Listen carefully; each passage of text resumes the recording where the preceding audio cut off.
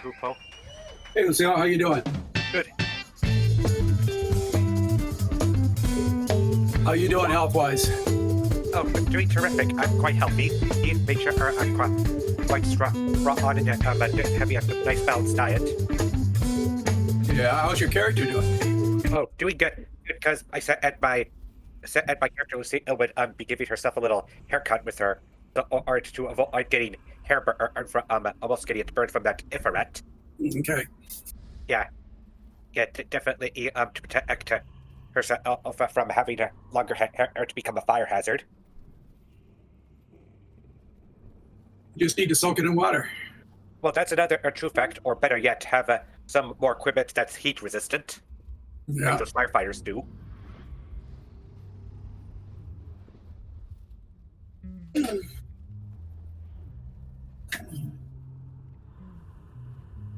Yeah, I think I wouldn't mind a rest, but we'll see what happens. Yeah, I agree.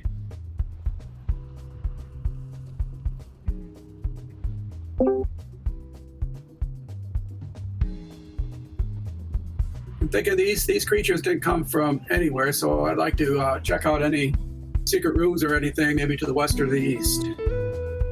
That's a good idea. You have to do that. Yeah. Because I think my character Lucille had been studying a thing or two about elementals, about how they usually come from those planes of elements. Yeah. And so these fire salamanders came from the plane of fire. That's right. And also the same for those efferets, those evil fire genies that look awfully a lot like Japanese oni. Yeah, they do, but they also kind of look like Middle Eastern, like Arabian genies. Yes, that is true. Ooh, exactly. That's another good way to put it. Whatever they are, they're not particularly friendly. Exactly. It's just like meeting either what would be described as means a elemental that is either friendly or hostile. It's like how we played that game of Call of Duty Modern Warfare, saying, are they the good Russians or the bad Russians? Well, they won't shoot us outside if that's what you're asking. All right. But yeah, I added in my experience points from days ago. Are you 7th level? I'm still.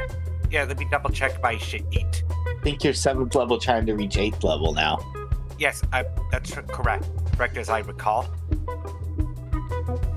Yes, I'm still 7th level. I'm trying to reach 8th level. Still got a long way to go to try to climb up to what alpha 128000. All right. Zeros. 128 zeros. Yeah, that's 128,000. Yeah, I have a long way to go to climb up. All right.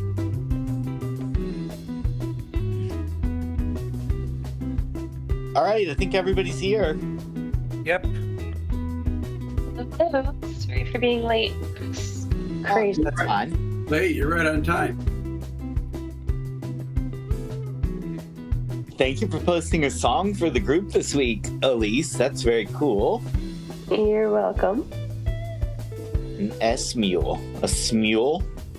Yeah, Smule is an online karaoke app which our studio uses for teaching around the world. That's pretty cool. It is, quite. COVID created some really useful things. Yeah, COVID changed a lot. Yeah, cool program, cool song. A lot better than I could have done. Thanks. I made an account on there. Oh, nice. Come sing. Yeah, it looks very interesting. Yeah, it's really fun. You can sing with anyone, including sometimes the original artists. So like original Disney and Broadway artists, or, pop groups or whoever will come on. And I almost sang you guys a sea shanty because the Longest Johns, who did the original Wellerman, just came on and did a duet that's open to the public. But I wasn't quite happy with it, so I didn't do that one. But yeah, it's a fun, good stress relief. Yeah. Yeah, because I noticed all kinds of different versions on there. Like some people just do some really comical. It seems like it has an element of like just communication between two people that are singing with each other to make each other laugh, maybe. Yeah, sometimes people can upload their own versions of songs, including the instrumentals. So, like, musicians will sometimes record their own instrumental versions of a song. And, yeah, there are acting scenes, like, no singing, just scenes, all kinds of stuff on there that you can play with. Do they use it for collaboration, too? Yeah, so there's a solo version and a duet version. Those are standard, but you can also do a group thing. So you can open it up to the public. And the way it works is that one person will start something, and then other people can listen to that recording and jump in and join. So you're not doing it live. It's asynchronous karaoke, basically. Mm-hmm. But anyone in the world who has an account can jump in and join you as long as you make your recording public and available to them. Nice. Yeah. Is your fire song available to the public? It is. I didn't make it as an invitation. I just sang it straight through, but then I had so much fun with it that I did do a duet. So Gold, if you're on there, if you come find me, and you'll see my username is there, you can sing the other half of the duet with me asynchronously. Okay. I'm finding the site hard to like navigate in a social media type way so far. Like I'm pretty sure I followed you, but then when I opened up today, I couldn't even figure out a way to find your song again, other than to go back to the link you sent me earlier. Oh, gotcha. If you go to your profile, you should be able to see people who you're following or people who are following you. Yeah. Okay. So if you find me under people you're following, if you look at my profile and select invites, you'll see the open invite for the duet. Invitations are only good for 7 days. Okay. Yeah. All right, So the well, recording will stay after that. But anyway, yeah, play with it. We'll talk. Well, also alert me if anybody joins you on your invitation. Sure, we'll do. Okay. That would be funny. And there will probably be time in the future for you to redo your sea shanty when we go back on the ocean again. Yeah, I figured at some point we'd go back to the ocean. I might feel more inspired to do ocean songs. Yeah, because you guys have already paid a down payment on a ship that's being made by the shipwright. Right. So that we plan to do more ship adventures in the future, and I'm working on a price list of some more upgrades for your ship that you can buy, like some weapons and stuff. Yep. That's right. Right, and that's why I'm waiting pretty patiently to acquire a magical old cannon. Cool. There will be magic cannons available. That's great. Tim, I'm trying to figure out how to answer your question. I don't think you can put agates on a ring of protection, but you could put them on like a helmet or something. They're sort of like too big for a ring, I think. For 10 of them to be embedded. You follow? Yeah, I wasn't sure because is it like 10 agates per +1 or something? Yeah, it's 10 agates per +1. So I could let you manufacture for example, a tiara +1 using 10 agates and a normal tiara. What about a cloak of protection, like around the collar or the brooch area? Yeah. Okay. Okay. So the good point with it being around the collar of the brooch area, and the important part here is sort of that, like I need to be able to keep track of which items are agate laden. So the agates remain physically there. They don't just absorb into the item and magically disappear like an ingredient. They're actually on there. So as long as the 10 agates are on the collar of the cloak, you can do that to make cloak of protection +1, or raise a cloak of protection, +2 to +3, for example. Okay. And that will be done like in downtime in a town or something? No, you can do it on the go. You can do it during the rest time. Like you can do it during an hour of downtime. Like on the go, like in the dungeon. Got it. sort of a nuclear fusion, cold fusion process there. If you've got the magical skill and affinity for the agates, Lucille seems to be able to do it quickly. I'm sure you'll be able to figure out how to do it quickly. Are you ready to do one? Do you have enough? How many agates? I recall that I have one. Yeah. Let me Do you have any? Check how many Tim has though, because I think Tim might be on the road to having enough. No, I from the seer, one of the rewards I got was 10 agates. Okay. So you want to go ahead and implement that now? Yeah. I only have Or are you still one. thinking about it? No, yeah, I'll do it now. I was thinking on my cloak of protection. Cloak of protection. Okay. Which you already wear a cloak of protection. You're going to improve it by one. Yeah, I have a cloak of protection +2. Okay. Improve it by 1. Great. So it'll be cloak of protect. It becomes cloak of protection +3, which will improve your armor class and also benefits your saving throws. Okay. But that reminds me about something. I think my character would like to donate like 6 gold coins into the party fund in case one of our characters needs to get at a resurrection. All right. I think you should keep your gold pieces on you at this time. All right. Yeah, and then if we have to raise money for something like that, you can donate it at that point. Are you wanting to just make your gold an even amount? Sure. Because I have like 2,206. I see. I'd say keep the 6 on your tally for now. Okay. I think that makes the most sense. All right then. But yeah, so I think my character Lucille is like in the mood that she has to give herself a little haircut.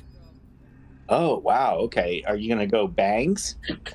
What do you mean by that? Oh, you gotta bob? do some great bangs, but definitely you need a haircut so you don't get singed anymore. Of course. Singed hair is not cool. Yes, Because I that's think right. there's also a way to like tie your hair up and then put it under your helmet. Yes, that is true. I understand that part. Okay. You gotta trim off the burnt ends, though. So Of what course. describe the new haircut, please. Well, let me see what I could picture it like. Try to figure. What's an example? Of a famous type of haircut. I mean, I know a bob. A bob is a famous, somewhat short woman's haircut. Check. Think.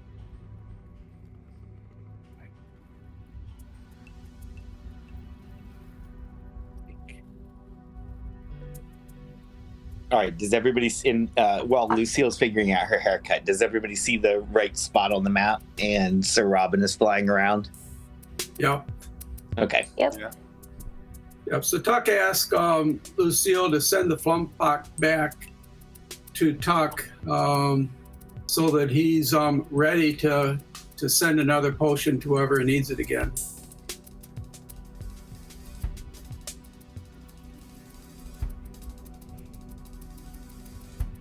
Follow that, Lucille? Oh, what?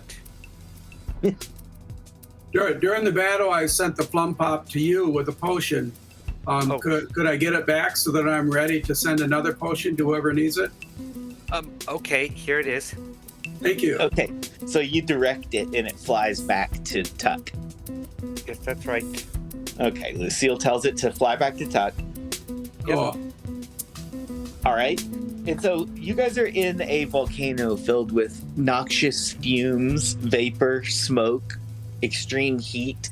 It's giving you all like a sunburn just from being in here. There's lava around you, but you're on an elevated pathway. You can see up through the main conduit of the volcano, which is a caldera, and it's filled with smoke, making it hard to see, but you see various openings leading to different levels of the dungeon up above you, and a lot of embers, sparks, smoke.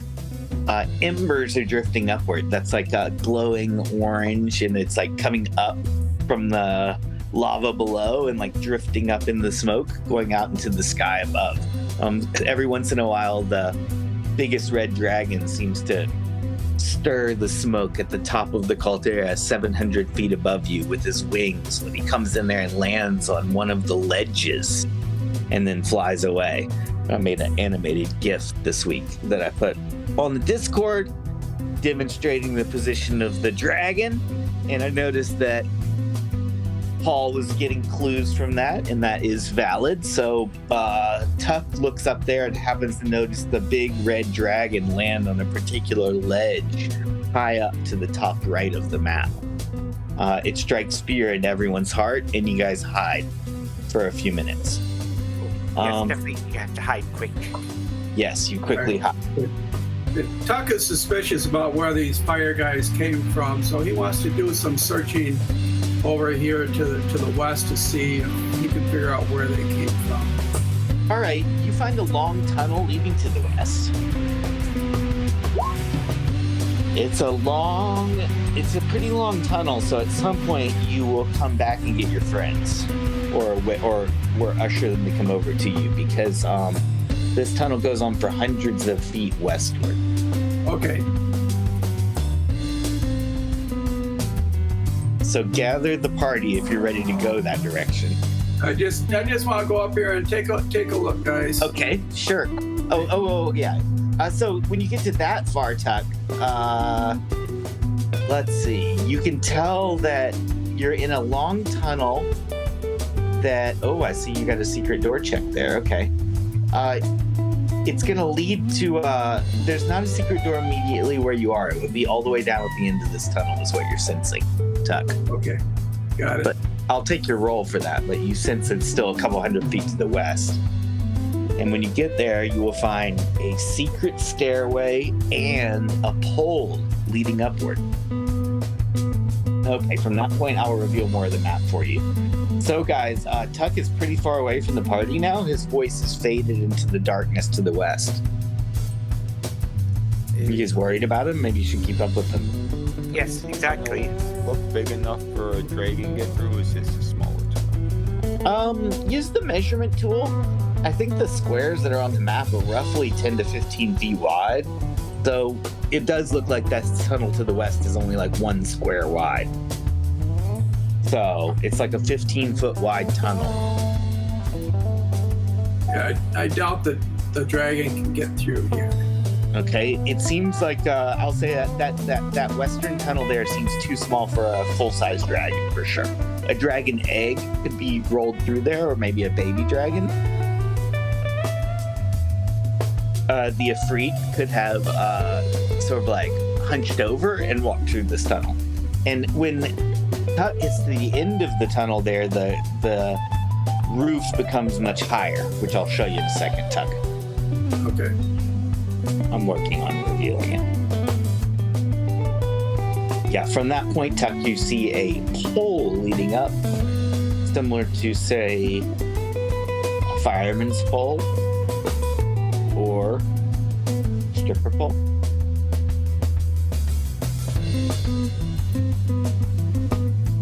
Okay, I'm not seeing anything quite yet. I know, I'm still working on it. It's kind of a detailed technical thing here. I gotta do it properly. You should be starting to see it now. Oh yeah, I see a pole. Okay, there's also a staircase that you discover, a hidden staircase to the left with lava dripping and puddling and flowing underneath it.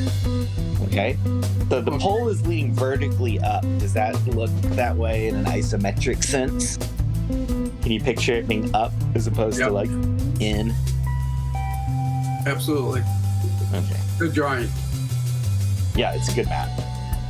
And I've combined some other features with it. I've expanded it a little bit here, so you do discover a secret staircase there to your left that wasn't on the original map. All right, so Duck calls back and says, hey, you guys might be interested in what I'm finding here.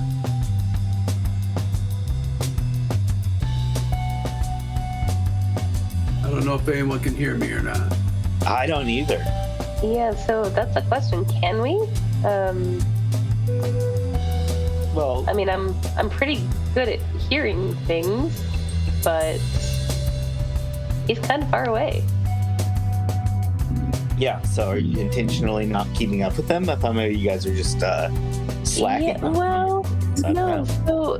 So Tuck said that he wanted to go check it out, and my understanding was like, yeah, he was gonna go sort of like poke around. Doc's gonna come back here until he sees someone and say, hey, tell the others that there's some interesting stuff here you guys may want to check out. Okay.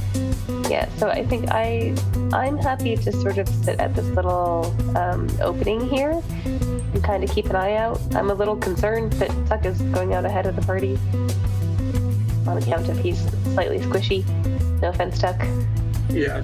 But we don't want you to get pushed. Okay. That squishiness comes in good stead. I worked hard at it. I believe you. So I'm just gonna camp out here at the corner and I'll keep an ear out. Does that mean that I should do a listen check? Sure, Does it mean that I can hear? Right. Okay, sure. That'd be right. There we go. Okay. Oh, I do not hear it. Don't forget to indicate your position, Lucille. Oh, yeah. I'll come right up. Continuously as we play. Oh, yeah. Yeah. Right. I think I announced my decision about what my character's haircut now looks like. Think of it as like a hairstyle of Emma Stone. Oh, nice. Bob hair. Ever seen Emma Stone with the bob hair? I checked up pictures of her with that. Very cute. So I figured it would make sense to like wear that under the helmet. Awesome. Yeah, so Yeah, that'll work. Like doing this, and all right, looks like there's no fighting for now. So my character just takes off her helmet and gets her son, or to make sure, or to measure it right with her sword. You could cut it off. You could borrow one of my daggers, Lucille, if you want to. It might be a little bit easier than doing it with your sword. Okay. I have lots of daggers. Our sword is extremely sharp, of course. So. Well, so are my daggers, but you know, just it might be a little bit simpler. Says a female who has actually cut her own hair before. Okay. Yeah, so my cat. All right, going to take it and hen. I'll do that. I just do just that. Make sure, like.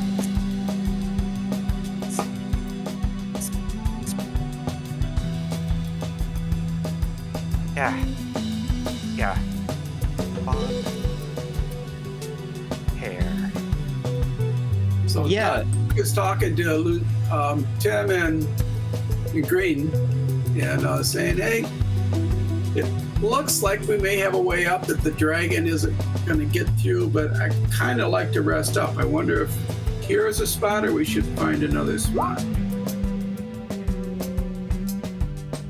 It's a little safer than most other places we've seen. I don't think the dragon can get to us here. I am a little worried about what he might use this pole. Yeah, I suspect it was those dudes that we just killed. Yeah, exactly. But yeah, cause did anyone put like those 5 spears onto the party loot?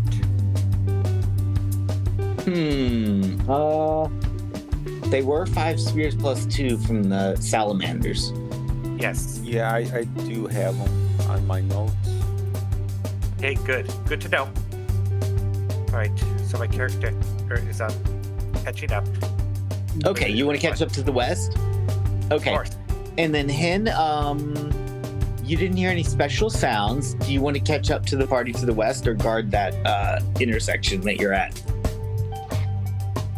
So, because my understanding was that Tuck was just going to go check it out and Tim followed him, I'm a little dubious. But since the entire party is apparently moving on, I will also move on. I'm just going to sort of skulk in the shadows. I'm going to right-hand roll it down the tunnel.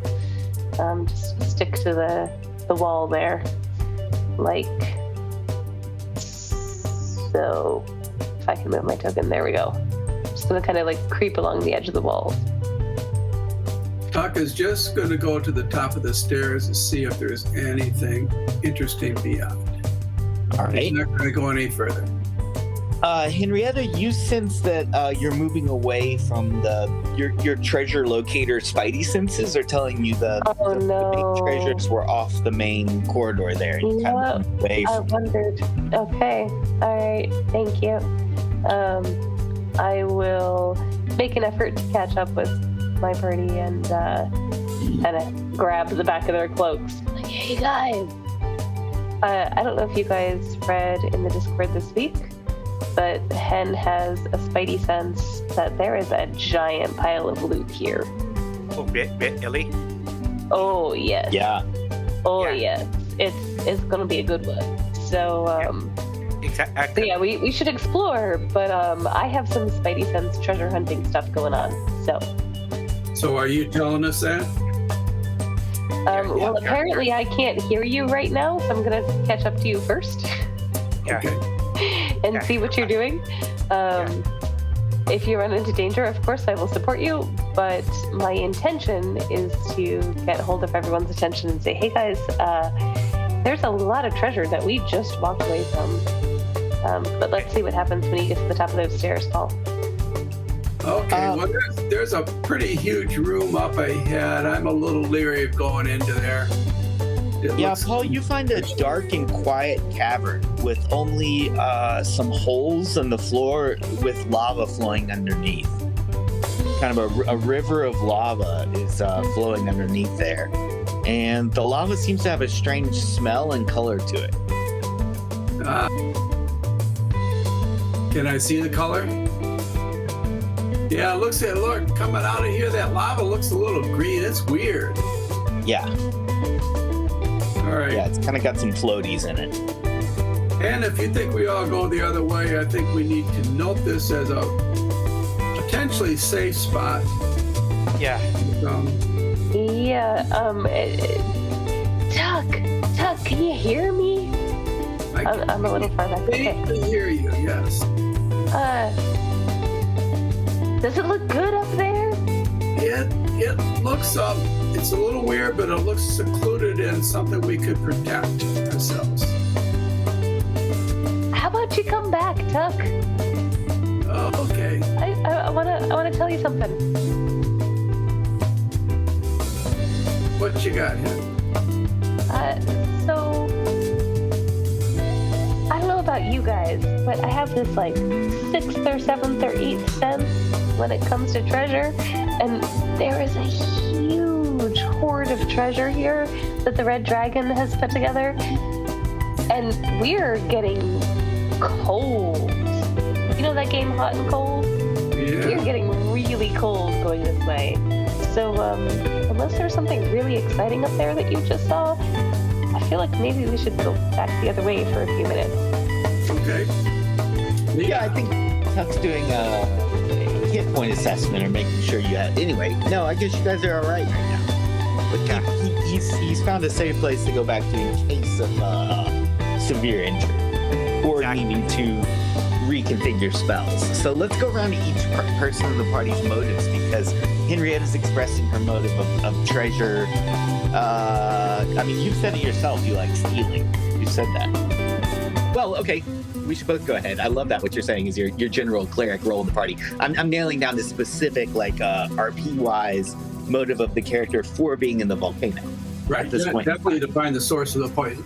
The poison. And so on that note, I'll clue you that. So you're each following individual trains of clues, and your current clue, Paul, is that this water with green, lava with green floaties in it in a room to the west might have something to do with poisoning.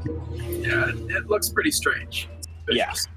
Yeah, it looks like that might be some poison lava that's seeping into the ground here and maybe connecting with the groundwater in some way. So you're suspicious about that. That's where it's coming from. Tim, what would you define as your sort of primary motivators right here? Well, at the moment, for the umpteenth time, Tim is questioning his decisions in life, being this dangerous volcano. But he's probably leaning more towards Hen, where he's just hoping that they can get out of this alive and actually find something to make it worthwhile to go in this dragon, the 3D salamander infested hellhole. All right, well said. Okay, great. So everybody keep in mind your personal motives and alignment, but also continue playing as a party. So everybody has the goal to do adventuring and exploring and keep each other alive. But you all also have some sort of background secrets that are telling you to go to different places around this volcano.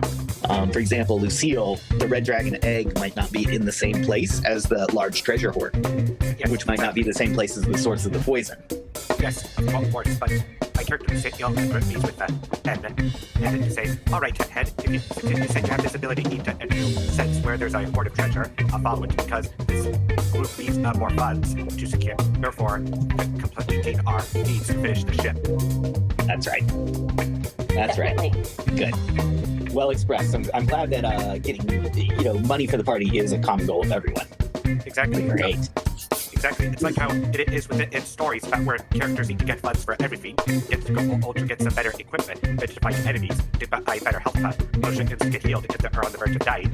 Or Right. it's like how I compare it and feel like where everyone needs to get a job to do something, to get food, to stay alive, and also to pay for the bills, and also to pay for taxes, like your electricity bill and your gas bill, and also to pay for your property taxes of your house. It's like how I watched a funny thing where someone would have their job lost and terminated. He said, what about my future? How am I supposed to pay the bills? Yeah. Guys, I want you to notice this shaft right here that looks like the dragon can't come, but we can go up it, perhaps without the dragon noticing we're going up it. So if we need to go up, Okay. So you're talking about the pole. yeah. Okay. Henrietta assesses the pole and thinks that it's climbable. Definitely the thief can climb it, and probably the other characters can climb it. It might, for some people, it might be risky. It might be nice to have backups like Ring of Featherfall or Levitation. Little things like that. Yeah, I think plenty of things are climbable. Well, you're getting higher level and able to climb things, and your assessment is this is finally able to relatively climbable.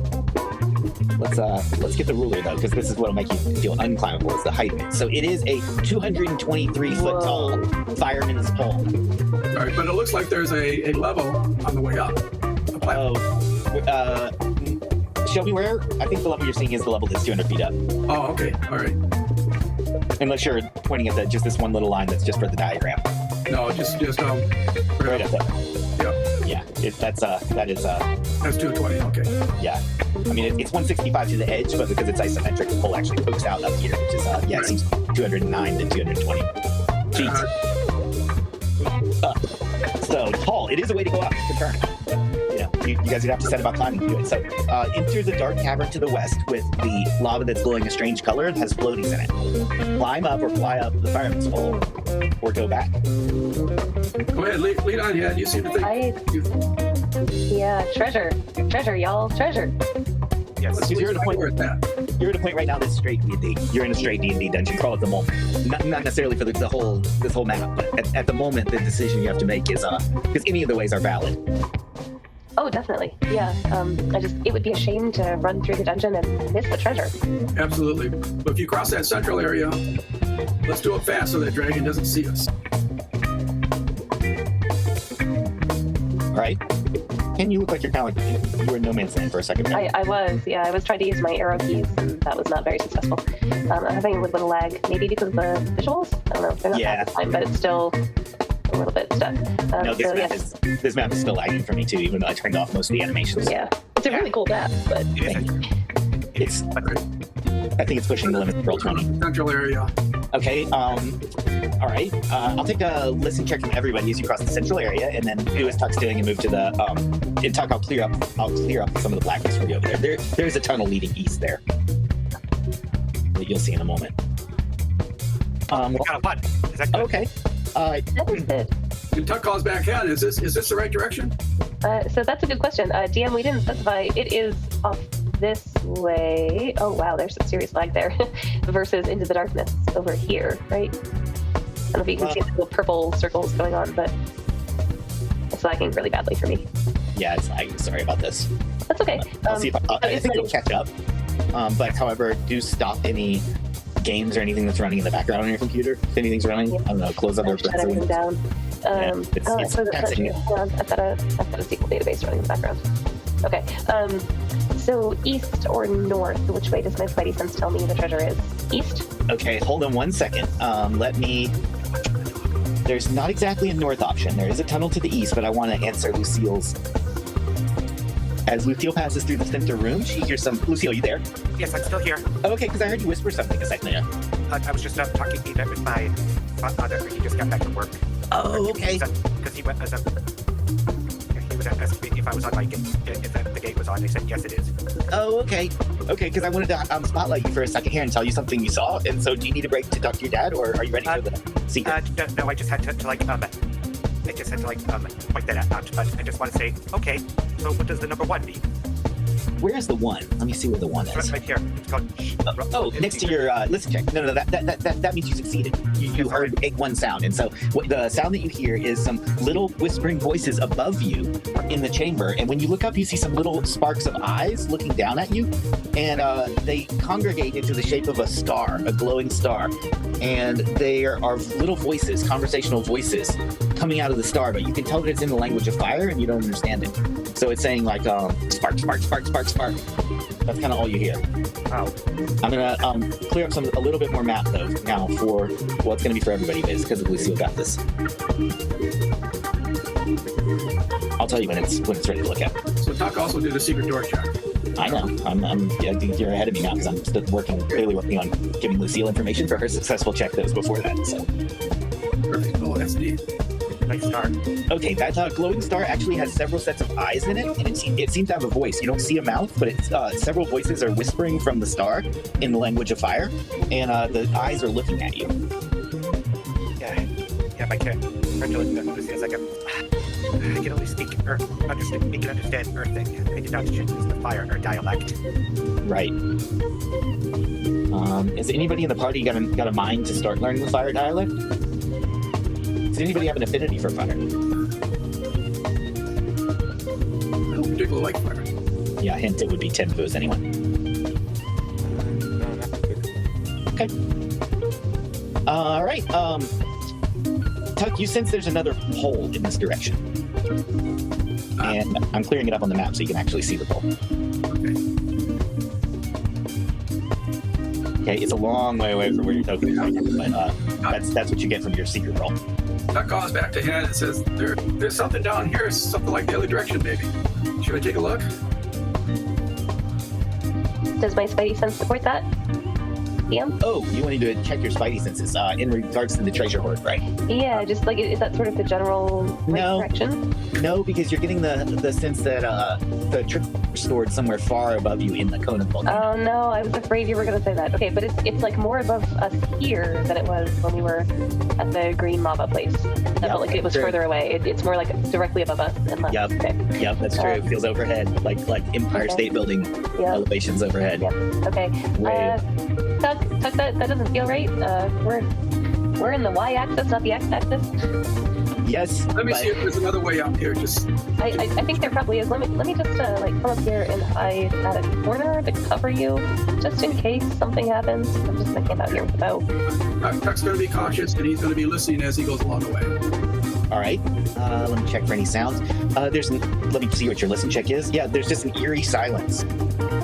As you move further away from the caldera, and you don't hear the bubbling of lava and the steaming of steam bits over here. It just gets more dark and it's definitely not cold. I don't want to say cold, but it's not the direct orange lit heat that you're in, hissing heat that you're in before. Now it's more silent down a long tunnel in a volcanic tunnel. Does it smell better? Do I smell dragon here? Let me see. You want to try to smell dragon? Did you say? Yeah, dragon or fire or anything. Do I smell burning? The smell is less as you go over here, but there's a smell of death from above. From above the pole. In fact, there's the smell of undead from above the pole. Undead? Oh. Tuck's just going to come in here and take a peek up quickly and then scoot back. I'll reveal more of the pole for you now. It's very similar in height to the previous one. Okay, there, I've revealed the full height to you. Yep. Well, that looks about the same. Okay, Tuck is going to go back and report.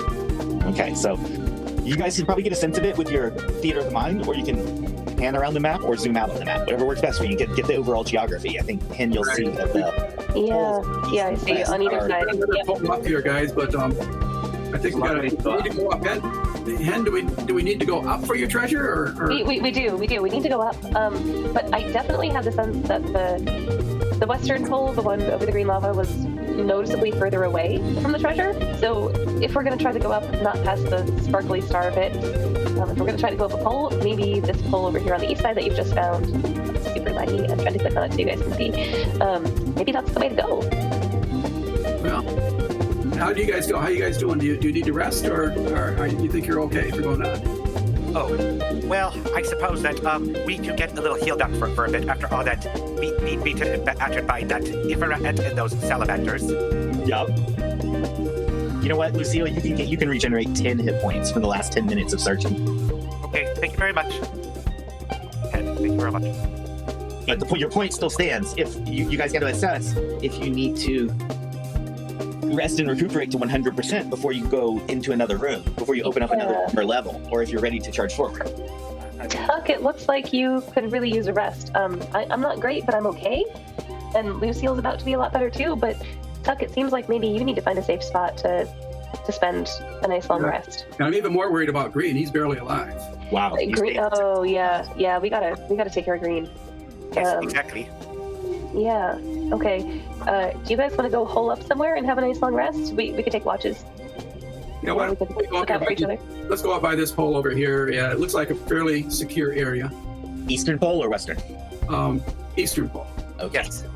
All right. So the Let's party just, you know, congregate at the bottom of the check for any secret doors or anything, guys. Yeah, Yes. let's do a secret door. Listen. Oh wow, my zoom is. Wow, gosh. All right, Paul, I'm having some lag. Sorry. Let me think if there's anything we can do about that. Well, it is my fault. It's probably not though. It's probably Roll20. I hear something on my listen check. You do. Paul, your secret door check that you did at the base of this hallway kind of counted for this whole hallway, my friend. Mm-hmm. Yeah. Okay. You rolled 0 this time, but I kind of already gave you all the way to the results to the end of this hallway. Okay. Hin's listen check. Henrietta, you hear an eerie, haunting, spooky silence from above the pole. It's a weird, uncomfortable silence from the top of the pole. So I have a strange question, and you might not have an answer. And even if you do have an answer, you don't have to give it to me. Mm-hmm. Sure. Do I have a sense that at the top of this pole there is a void space? No. Not like a like if we go up the pole, there could be this little enclosed room or a little cavern or whatever. Do I have a sense that there's like a large space at the top of this pole? There's a big The ceiling room. is way above us. There's a big room with a high ceiling at the top of the vault. Okay. When you said void space, I thought you were asking if there was an extra planar space. Like not that kind of void. Not that kind of void. The other kind of void. The layman's void. So yes, then. Because if I have this sense that there's like a big space open up there, like a big cavern, high ceiling up there, I don't feel extremely safe here. I see. Yeah, it's a very high ceiling room, so your intuition there is correct. Okay. I mean, it's a pretty ridiculously large room. I can measure it out. Okay, even that's just adequate, just seeing that, yeah. If we were to put Tuck in the little corner behind the pole, like right here where I'm clicking, I hope you can see that. Would he be? Yeah. Would he be under the ceiling of whatever's up here? Would he be somewhat covered? Assuming that's 3D space. As opposed to being under the fireman's hole itself, you mean? Yeah. Like if Tuck can hole look in a corner with his back against the wall, I'm happy to sit there in front of him while he rests with my daggers out. Yeah, sure. Yeah, that does seem like the safest thing for me to put Tuck in a corner in this room.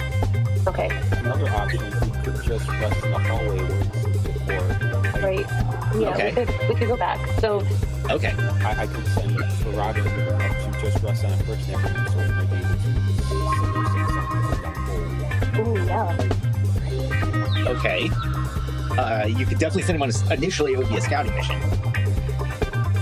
Well, I'm guessing it's not smooth wall when there's sorry, so like somewhere like maybe halfway up right by doing sides like a small crevice or ledge or something. Like ledge, just rest there. Okay. Right. Yeah, okay, sure. All right, I will let Sir Robin perch on a ledge in the tube, so to speak, that has the pole in it. So he wouldn't be perching on the pole, he'd be perching on the wall near the pole. Yeah, Okay, and so I would just need to know if he does or does not, you can call it breaking the plane in soccer when you score a goal. So does he poke his head out of the periscope at the top, or does he not poke it? That's a difference if he pokes his head out or not. maybe 150 or something over there. So go ahead and put his token up there. Yeah, that's representative. That'll work. Okay, so that's where Sir Robin will stay on guard because he needs to sleep.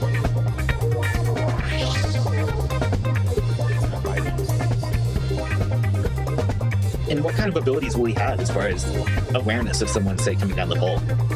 He'll just be like lightly sleeping and he would hear it with his regular... Let's see. What else does a pseudo dragon do? He doesn't see invisible or anything. Okay, that's handy. Okay, so he's likely to be unseen. All right, I think that's enough information we can go on, but feel free to roleplay if there's more stuff about Robin's speed. He probably has good smell to it. Okay, smell. Robin smells the smell of undeath from above. Reports that to 10. Robin is, I don't know, I'll let you play his emotions. I don't think he's afraid, but I'm just going to say he's afraid that if he pokes his head out the top, that there would be undead. So yeah, he's backing up, like, falling up. Okay, sure. He remains in the fireman's pole corridor, perched and camouflaged. The rest of you back into the hallway, and you can tell me what other watch shifts or defensive provisions you need to do, and then everybody we can say we start sleeping, and I'll roll random encounters. You get random encounters during the night here. Taka's going to do one more Cure Light Wounds on Green, just to kind of get him up to a little better level. Nice. You sure you have one left? I do. I've used 2, and I have 1 left in that. I have so those are level 1 spells. I've got 3 level spells, so I have 1 left. Right. Tim, what are your Tim? Do you have any spells you need to, or is there any way? Do you have anything you want to burn up before you go to sleep, or so it goes to waste? And then the real question is, what do you memorize the next day for your highest spell level? Yeah. So Tim would actually. I'm still here, guys, but I'm a little worried. So just whisper me if you need me. I'll cast invisibility on myself. Okay, brilliant. Love that. And so duration-wise, that's not going to go away. It doesn't go away on its own. It only goes away if he attacks somebody or somebody hits him, things like that. So as long as Tim is just sleeping, he's going to stay invisible all night. Or if an encounter comes in the middle of the night, Tim will be initially invisible at the start of it. I still haven't rolled for night encounters yet. So for my 3rd and 4th level spells, I'm going to do lightning bolts, spell magic, and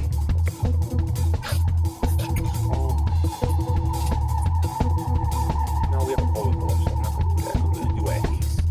Yeah, the main thrust of the question is asking if you do need to memorize fly or if you choose to or don't. So he's doing other powerful magic user spells. He does not have the fly spell. So if you guys choose to need to fly on this day, it will need to be with potions of flying. I will maybe have cast 1%. For my 4th level spells, I'll do a polymer butter, and I'll do... Cool, that's exciting. Well, and there's another way to fly if someone needs to. You mentioned that in chat, I saw. Very good. Walls of ice. Ooh, that's amazing. Is that same 4th level, or is that all the way to 5th level? No, that's 4th level. All right, great. Looking for my random encounter tables here. Let's see.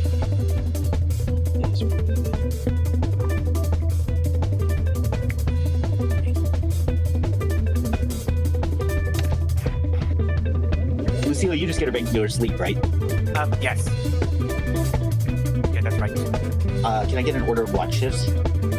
Okay, sure. I'd say divide the night into 3 shifts. Green can take 1 shift. So Green's still so low, I don't know if he should take a shift. He can take a shift and still recover his hit points, unless he happens to get in a major battle during a shift. Right. Yeah. I'm happy to take first watch, because I feel like I'm going to be okay. And if something happens, we'll see. But I feel a little bit bad about throwing Green into that, just in case something happens. So Henrietta, then Lucille, and then Tuck in the morning? Yeah. Tuck and Green in the morning. Yeah. All right, I rolled through, and you guys, you have no encounters here. You managed to safely sleep in the tunnel within the volcanic lava rock, and with your various defenses that you have up, such as your wizard being invisible and your pseudo dragon guarding the pole. No one comes down the pole or through the tunnel.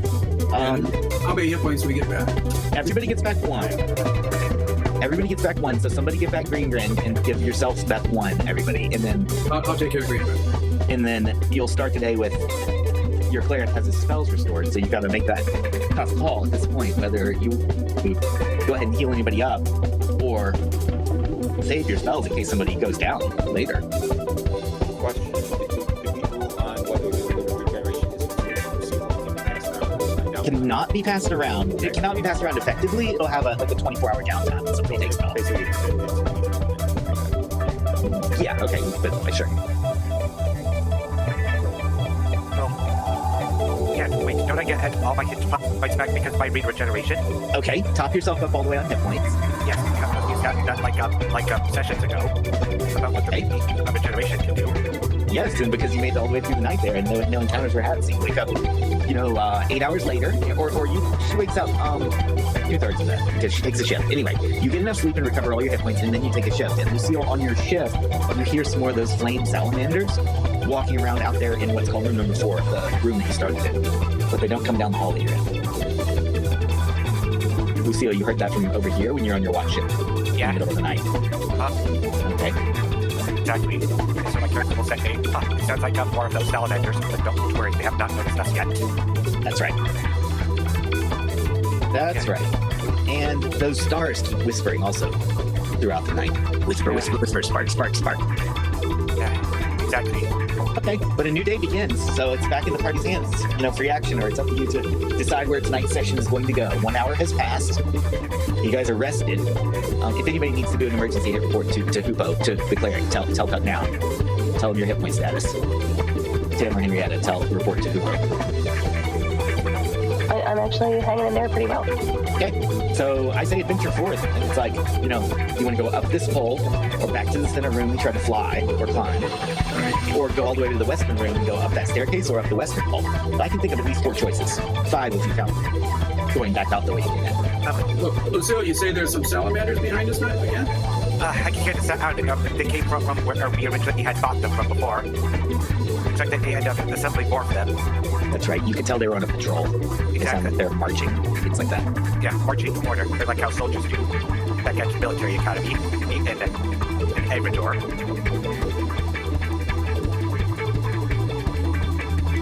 Group edge don't go to where we need those fire salamanders are not looking for us. They have not spotted us yet. Instead, they'll have the element of surprise. And I say, we shall climb on this eastern pole. Oh, wow. Wow. Amazing. Lucille's ready to move the adventure forward. She's just climbing this pole here. So far, reports are that there's undead at the top. The cleric sensed it, and your pseudo-dragon sensed it. I'm going to slap myself on the face to break invisibility, if that's possible. Okay. That's hilarious. And then I'll shake my head a bit, like, maybe not that hurt. And then I'll beckon over Sir Robin to come down. Okay. And then I'll tell him, all right, I know it's scary, but can you just go up there quietly, maybe fly up and then climb the rest of the pole and just take a quick peek to see if it's at least safe for us? I just don't want to be ambushed as soon as we get to the top of that pole. Just peek your head up and see if we see anything noticeable that can or will attack us. All right. So does Robin agree? I assume that Robin agrees. Initially he just looks befuddled and then a little scared, and then I'll pick out the picture. He's like, please. And it's like, okay. I'll take a quick look. And then he'll munch on the trip real fast. Begrudgingly fly up to probably 50 feet below top of the pole and then climb up the rest of the way as well. He's going to report back to you that, what does he telepathy you while he's there, or does he come back and tell it to you? He would pick up really fast, and then he would scamper down a bit, quietly fly down and meet them. He says there's a large room up there with a staircase leading down, and then it opens up into another large section of room that he's not sure if there's other doors off of it. So he knows about the staircase leading down, but there may be other exits from the room. The room seems to be filled with suits of armor. No one was moving or speaking. No one reacted to the pseudo-dragon flying up out of the hole. It was eerily silent up there. It smells musty. Did you see any bones or anything like that? Let me check the room description. Pretty sure it's going to be, there might be bones. Let me check. Let's see. While that discussion's going on, Tuck is going to do one more light cure wounds on himself. Okay. Yeah. Because he has a feeling he's going to be required to face some undead. There are bones, I'm pretty sure. As I'm glancing over the description quickly here, let me see. Yeah, there's dead bodies on the floor of the room in advanced stages of decay, armor and weapons scattered about. So yeah, in addition to the suits of armor, there's basically decaying corpses. Okay, thank you for that, Robin. Well, there's definitely dead bodies under, guys. And if you sense undead, which I trust you to, I'm not sure if it was corpses or there was also armor and stuff there. I have learned in the past that some of the higher existences of undead can be more human-like, or even take forms of ghostly knights or whatnot. I'm not worried about what's up there. Good call. True. You guys have previously faced at least one powerful undead that can take a humanish form. So if you remember, you guys faced like a low-level, mid-level lich. Forgot the exact name of it, but like a quasi-lich or something. Or a quarter lich. It was a quarter lich. Yeah. Well, Tuck says we're in a pickle, guys. If we go back, we got the salamanders. If we go forward, we got some undead. I think Tim's hinting at like, what are you thinking of there, Tim? Like Death Knights? Yeah. Skeleton warriors? Yeah. What else? Knights, Mummies? yeah, just things like a category Death Knight where it's what's the, I forgot what they're called in terms of like a headless knight. Oh, cool. Okay, cool. I don't even know the name of that either. There's a headless horseman, I'm sure of that one. There's some other headless ones too, though. And then there's also animated suits of armor, just animated armor. But, as Sir Robin was saying, nobody up there was moving. Ooh, how do you spell that?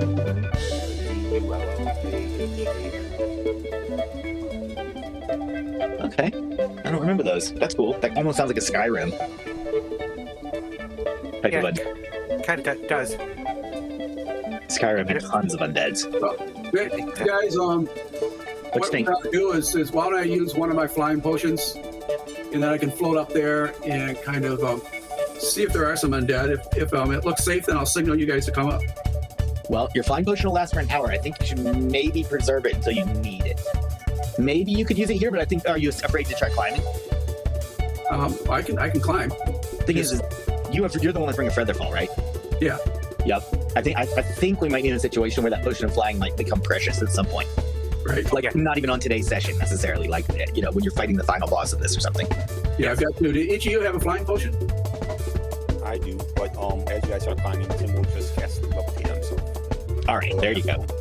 And I was wondering if you can, not that you need to, but can you levitate others? You can.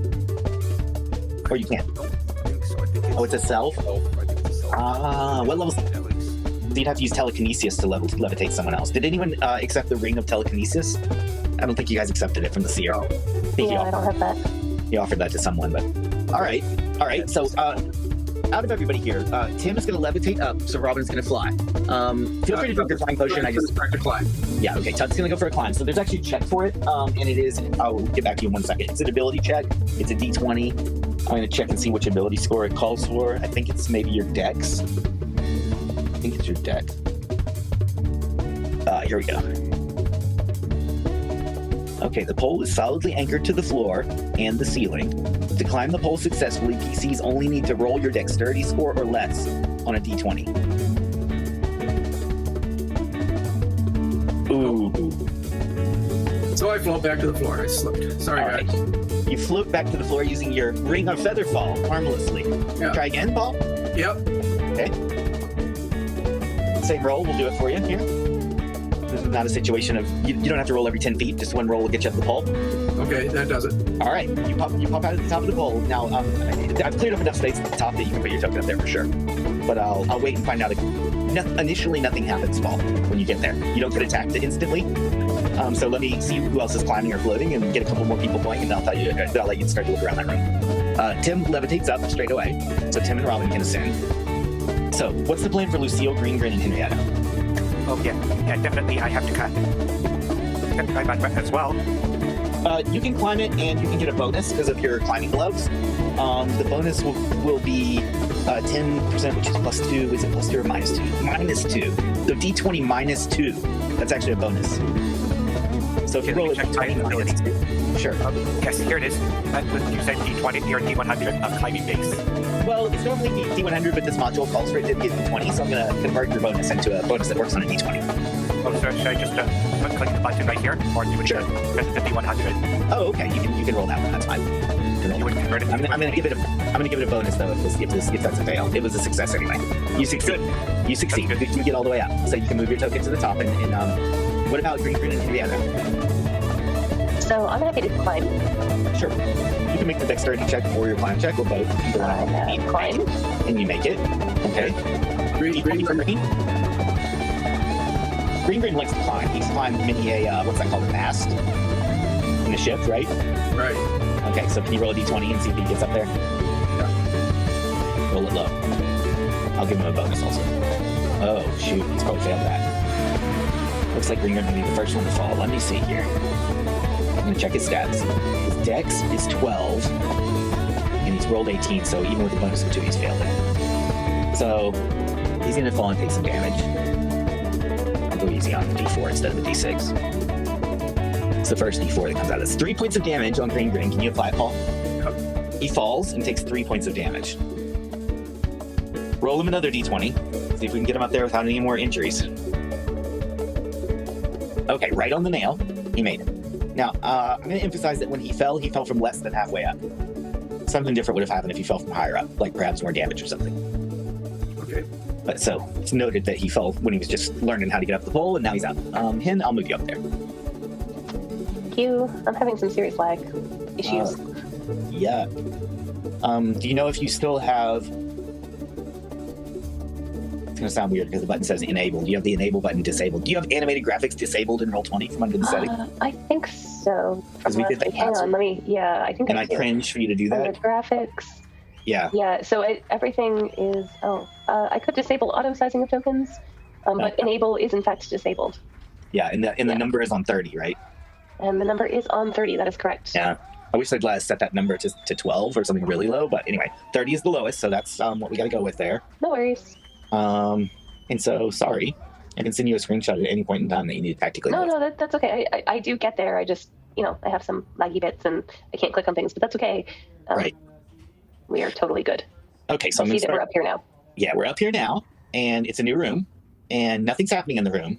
I'm gonna read you the description in a minute, but right now I'm busily unfogging the map so you can see your way around the room. So I'll tell you when that's done. But basically, it is a room full of suits of armor that are not doing anything, and dead bodies and corpses that are also not doing anything. They're decaying. Okay, the map is revealed, and now I'll read you the room description. Can you guys see the room? Oh, I can see them clear. Clear as day? Yep, crystal clear. Okay, all those suits of armor are not doing anything. They're there, but they are not doing anything. They're not moving. They don't seem to be alive. Now, let me find the description. Down the stairs. Where does the stairs lead? The stairs lead down and towards the core of the volcano. You can sense the heat and the noxious fumes and the smell of the central conduit of the volcano from that direction.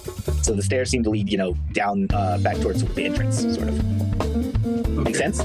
Yep. Okay. The room ahead, though, has at least one other exit out of it besides the pole and the stairs. It's got an exit on its west side. It's got a tall ceiling. Here's a text description. You smell a sickly stench like that of meat which has rotted in the summer sun. I like that sentence.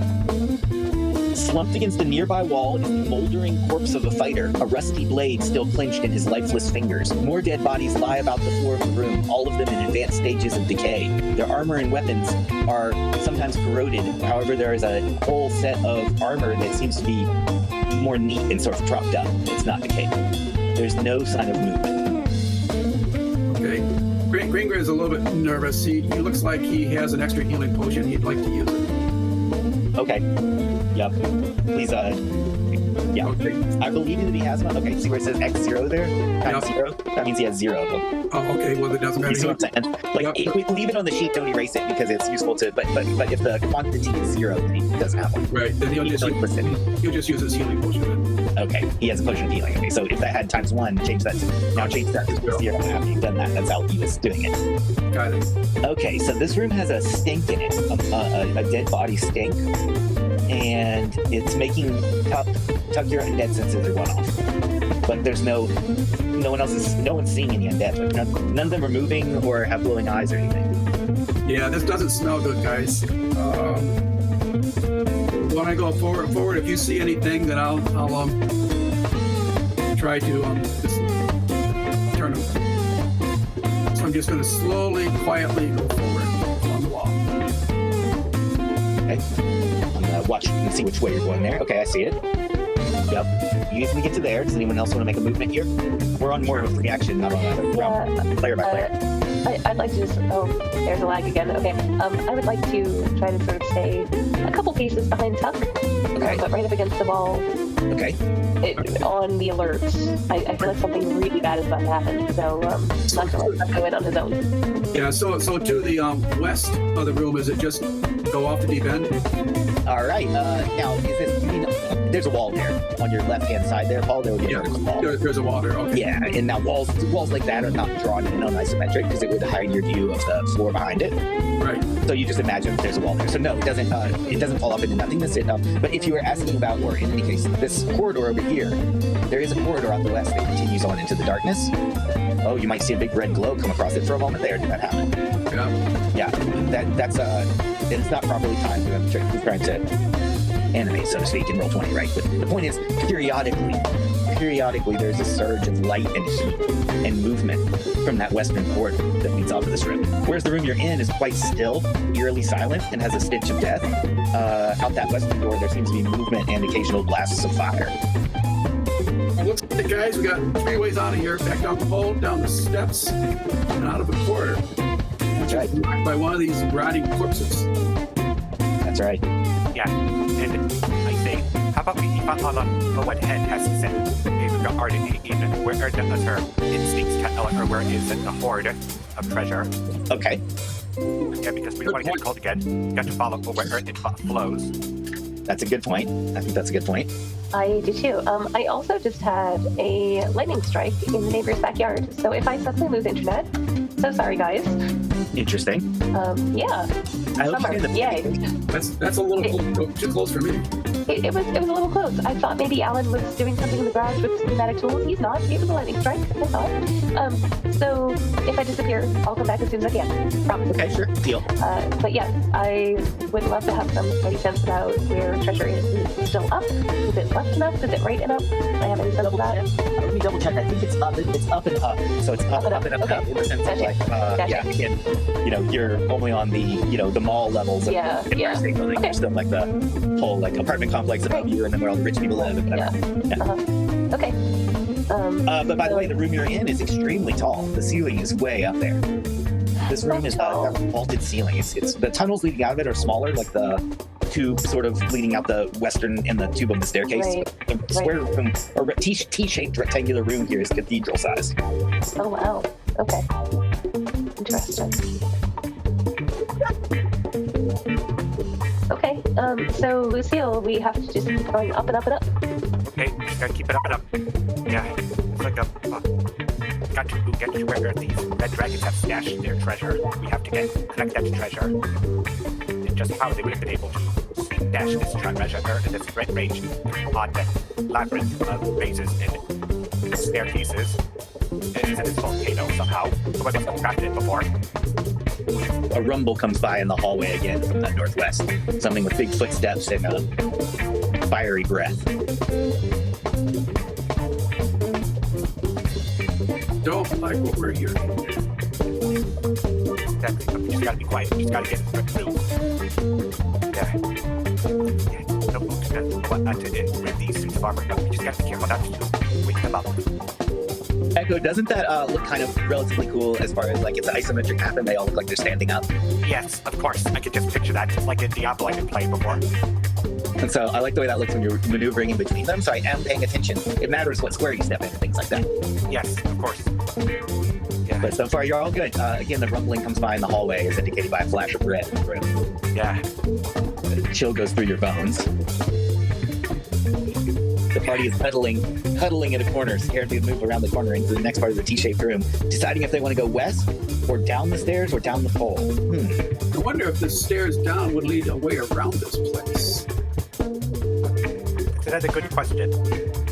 It might, but we really don't know which way is safe yet. No. We just gotta find out to be certain.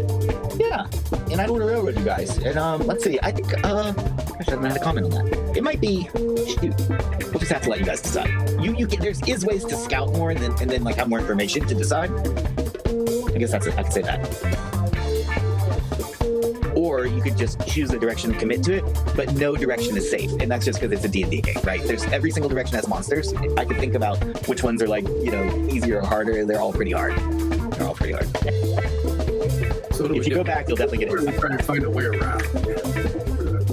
I mean, there is ways around, but it'll be someone else will be there in the way around. And so it's like going this way is the way around to avoid somebody else that's the other way. But I don't know how to say which one is worse. And ultimately, the treasure she's talking about that Henrietta dreams of is a dragon sword. It's a dragon sword that is in a wonderful painting that I will post when you guys have completed the module. A wonderful official TSR era, D&D type painting. Yeah, and Tuck gets the feeling that dragon can't come down the shaft very far, so it's probably his hoard is probably high up. Well, Echo, you've seen it, I'm sure, because you've seen this is a famous, but you don't know which one it is, or do you now know which one it is? There had been lots of different modules, but I would have to try to recall which one is it exactly. But Sure. Wait for it. Don't need to research it. But if you already know, you can admit it. But if you don't know, then no need. Keep it a secret from yourself. all right, deal. Yeah, but because I'm not gonna say any more about the cover art, because if I do, you'll figure it out more easily. I'll just say it's wonderful cover art. It does depict treasure, and the point is Henrietta has a sense of a valuable dragon's treasure. And my point was, okay, you guys have made the point. Okay, if you want to sneak the dragon treasure in some way, you will have to scout. That tactic is not developed yet. I don't know how you're going to do that. I don't think you guys know how you're going to do that yet. In my view, you're probably okay. What I'm trying to say in simplest terms is the red dragon's treasure hoard is guarded by red dragons. Yeah, exactly. So you're probably going to end up fighting them. The module presumes that you're going to fight them. I'm not ruling out that you guys have a clever way to build low baggins and steal some stuff. That is totally a possible thing. So we'll see what happens. But no way is safe, is my ultimate point. There's no safe passage here. Every passage leads to red dragons, which are not safe. Yeah, they're probably all over the place. There were like a couple of these young red dragons, and there's an adult one. That's right. Excellent advice from your lead warrior there. That's right. Good memory, Echo. That's right. That's just what I have to say. He is all right. We have to probably take care of one by one of these young red dragons because we don't want to have all of them getting up on us. We just gotta make sure that they're isolated from one another. Okay. Lucille with that comment figures out that, or she uses her battle sense to know that when that big red circle comes by, that is the mother dragon coming into the corner of the volcano. Yeah, Okay, the big so bad. she comes by periodically. But nevertheless, keeping your eye on that western hallway there that you can see from where you are right now, Lucille, you think there might be one of the baby reds here. So in other words, there's a baby red over here, and Mama comes by every once in a while, periodically. Yes, all right, periodically, which means like 2 hours or 3 hours or just 1 hour that they come back. Yeah, probably In the game. I think an hour would be a good guess. In the cycle I've got it on Roll20, you're going to see that red flash probably like every 30 seconds or so. Yes, But that's meant to represent, she goes on her patrol, and so let's go ahead and say after 1 hour she comes back. Yes, that's It lands in some certain places that Tuck was picking up on earlier from the GIF animation. She lands on some certain ledges inside the cone of the volcano and flies, mostly patrols outside the volcano. She lands within the caldera near the top on a couple of particular ledges, which might indicate where her eggs or her treasure hoard are. exactly. We have to walk very quietly. Anyway, do you want to make a tactic to go out this western hallway where Lucille thinks a baby red dragon might be, or back it up and go another way, or keep searching this room? Okay, and I gotta say to head is like a comment right to that next to each of this entrance right here. Sure thing. Let me come join you. Yeah, and to see if your instincts tell you if the treasure is definitely more closer if we have to keep climbing up and up instead of going down. Right. I suspect that's going to be true, but here, I'll come up to this corner and check in. Wonder if there's another door out of here, guys, that we're not seeing. Oh yeah, that's another good idea. Would you like to check for secret doors? You can all do a You're secret door good check at in the T-shaped room. Just tell me which side of the room you are checking, though, when you do it. Yeah, we just So gotta you might find want to spread out and do that if Yeah, that's Tuck just check on the side that he's next to. So. Okay. Let's see where he is. Okay, so Tuck on the western side, you do not find a secret door or anything hidden. Yeah, so my character is going to be on this end of the T-shaped room to check if there's a secret passage.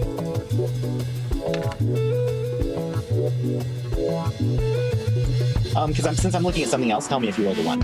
I got a 0. Which is a 5. Yeah. I'm revealing some of the next hallway. Yeah. It's a lot like how I was playing at the comic book shop of getting a lousy roll, is I would say, I got a rock. A rock? Okay. Like in that movie of Peanuts, Charlie Brown, where when he was on trick-or-treating for Halloween, he just says, I got a rock. Oh, yeah, right. The funniest memes ever. I got a rock. For sure. Yeah, who gives a kid a rock on Halloween? Right, that's the bad luck of Charlie Brown. Yeah. Yeah, I know. That's basically like the story of it. Yeah. All right. So I carefully typed in that. I adjusted the way the secret door check looks there, Paul, for everybody to see that it takes 10 minutes. So anyway, so that's the reason why it's advantageous for you to all spread out and do it at the same time, right? Right. Well, the last one I rolled was for green. Fair. Okay. But they all turned up 0s, so regardless, nobody found any secret doors throughout this whole room. Right. This room's so big that if you guys want to turn that 10 minutes into 20 minutes, you can now rotate positions and search again. So like, Tug search the west side, you can go search the east side now and take another roll. But that will add another 10 minutes, so guys decide about that.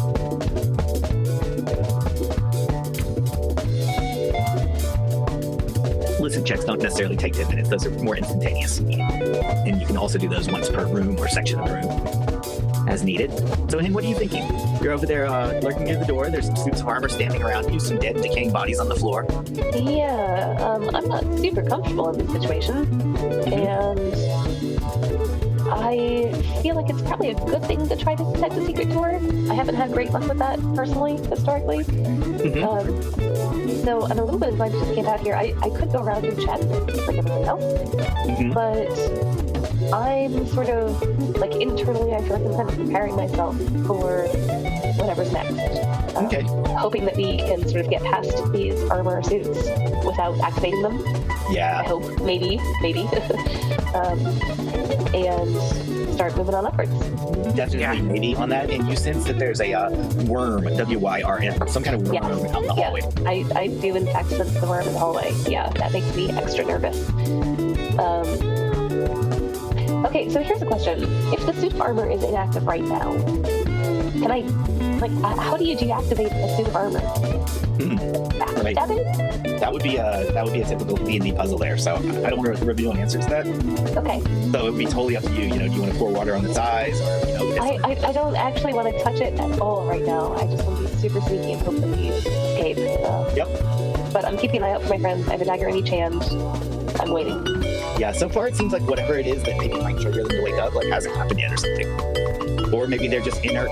You know the word? Cool vocabulary word. Love it. Inert. They don't do anything. Could be. All right, Paul, did you decide to do a second secret door check? Yeah, Green Gum and Tuck did a second check. Okay, they both came out 0s, but I'd still like to know which part of the room you checked. Tuck checked the north side, and Green Gum checked the, I guess you were calling it the west side, but the south side, southwest side. Sure. I'll let him check even more than just that one side. Like, you can check that whole sort of part of the T. That's why I was saying west side. Okay. But he got a 0 anyway, so. No, I'm just being super generous, and it's a way to move things along. Because in a certain kind of D&D, you have to spend 10 minutes for every 10-foot section of wall. Right? But I'm letting you do a 50-foot section of wall instead of 10-foot section. Yeah. But even at that, this room was so damn big that I wanted it to be more than one secret door check for the whole room. Most rooms, one check for that whole room. In this case, it's a mega room, so it's got 3 different wings to the room. You can see the 3 wings. Yeah. So, okay, Lucille, where are you searching? Where your token's located? Yes. All right. I'm going to send you a message. Let me double check this. No, I know. All right. I guess I can say it out loud. Yeah, Lucille, you're convinced that one of the dead bodies is playing dead, but it's actually an undead, but it's not, maybe it's asleep or something, but undead don't sleep, so that doesn't make sense. There's an undead here that's in a form of stasis. Another good vocabulary word, stasis. Again, it ain't doing shit, but you can tell that it's a real undead. It's not a dead body. It's a undead that's acting like a dead body. Of course. It's not undeading out. It's not attacking you like you would expect. Yes. it's feigning death. Yes, that's right. Exactly. Okay. So you notice that, and I will go ahead and bring a token in for it.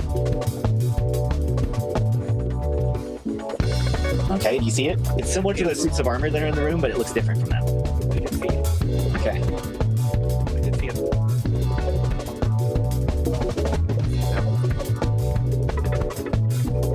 Exactly. Yep. Okay. If I had a torch, which made me come out light to the undead. Okay, that might wake it up. I don't know. Tell Tim what you saw, because he's been gone. He just came back. Lucille's uncovered something here. Yeah, I said Tim is, I think I noticed that one of these dead suits of armor is like actually alive. Oh, jeez. Yeah, I know. No. Yeah, it's not like a brain dead. It's stasis. Paul, you better catch up on this. Big news here from Lucille. Oh, Lucille, can you point to which one you think is feigning dead as opposed to actually inert? So I pointed to this one. Oh, okay. Different from all the others. Such a show not much portion of the engagement that what appears to be a gun red dragon right there. Because we have our cleric threat. Use a special figure of death spell. well, I'd rather not use the finger of death until I really need to. Alright, give a point dead there. Wow, that was so incredible. I'm going to give a DM clue to Tuck. Tuck, you feel that you are not the only person in the room that has Finger of Death memorized, or that has Finger of Death ability for the day. This room could have a finger off. This room could have a finger up. Oh, Yeah, like two Spider-Mans pointing fingers at each other. Pew pew. I think we better vacate this room while we can, guys. I'll lag behind just in case these guys come alive. But if you guys can sneak past that guy in the door. Okay, alright. All right. So according to Tuck, the plan is assemble marching order at the western corridor and prepare to attack or figure out a tactic for a red wormling, which is a baby red dragon. Yes. Exactly.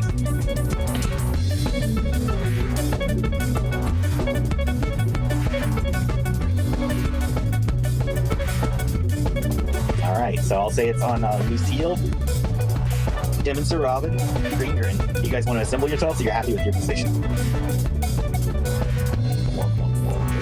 Oh, nice. Okay, nice. Yeah, you get there safely. There's just corpses, inert suits of armor. Lucille pointed out the most dangerous one in the northern side of the room, and Tuck sensed that it might be an undead powerful enough to cast Finger of Death, a spell that makes you roll a saving throw or die. Save or die. Yes. No. Now, Upo has inflicted that spell on a young black dragon. I can say on one of my monsters, on one of my dragons. So fair play, the monster has it, fair play, right? This is an OSR game. This is a game where you could have played your character for many months, gaining XP, and get killed in one shot without even your AC or your HP coming into play. Yeah, that's right. Just your saving throw or die. Yes, So- I know. Why don't you guys give a name to that monster? What do you guys want to call it?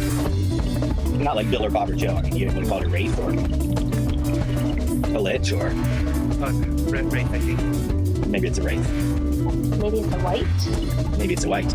Yeah, exactly. Like, undead, but not fully sure that it's undead. It still thinks it's alive, maybe? Good thinking. I love it. Good talk. The baby red dragon in the hallway moves back and forth over I'm not going to animate it. Let's see if I can move it. See, he moves to there. You guys got your eye on him? yeah, I can see him. And then he moves to there. And then he repeats that pattern. So I'm going to keep him parked up here, because now you guys know where he is. Clearly, he could surprise someone that comes out from either of the 3 corridors he's guarding. So sometimes he would surprise people, but you've negated the element of surprise because you guys know he's there now. But it is confirmed it's a baby red dragon. It's one of the 6 babies in this volcano. Yeah, I see. And while the mama comes close enough that her fear aura may overlap and cast the red circle, she actually doesn't come into that hallway. I mean, she could crane her neck and stick her neck down the hallway, but she's more comes into the central corridor of the volcano.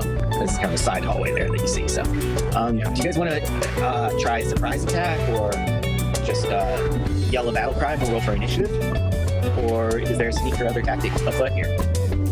All right. We should definitely sneak up, jump on board. We got that dragon.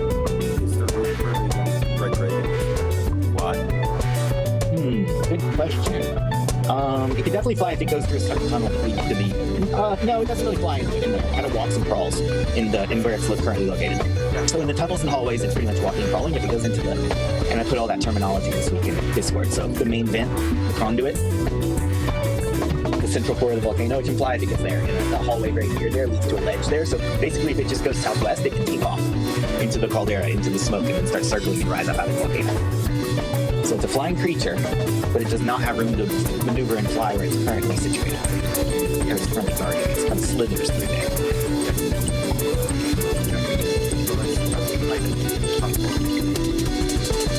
Tuck is going to get ready with his finger of death, and if he detects any movement from this character, he's going to shoot it off. The undead, right? Yes. Okay. You're pointing your finger of death at it. So far, it's just it's like it's not blinking or anything. It doesn't appear to be breathing. For all, it appears to be dead. It appears to be a dead person. Yeah, but the sense is that there's something wrong there. Right. That's right. That's right. So no movement on Tuck's end on what Tuck's aiming at. Meanwhile, Tuck over your shoulder, that red dragon is moving around the hallway. So let me know if you choose to shoot your finger of death at that dragon. I'm a little more worried about this thing right here.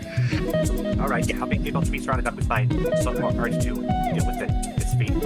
Okay. Yeah, but I wish Tim had more powerful spells to deal with dragons.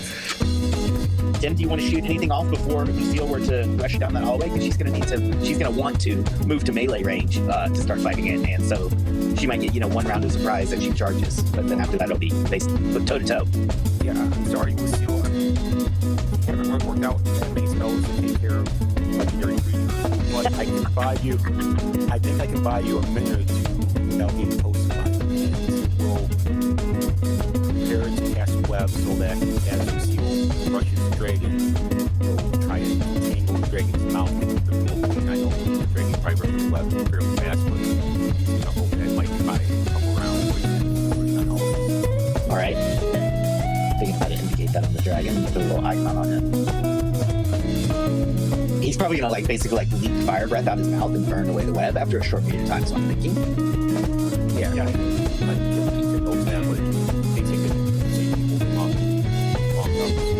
jump on him. All right. Not how we game. I'm just hoping you can get fire breath at around point. Cool. Good idea.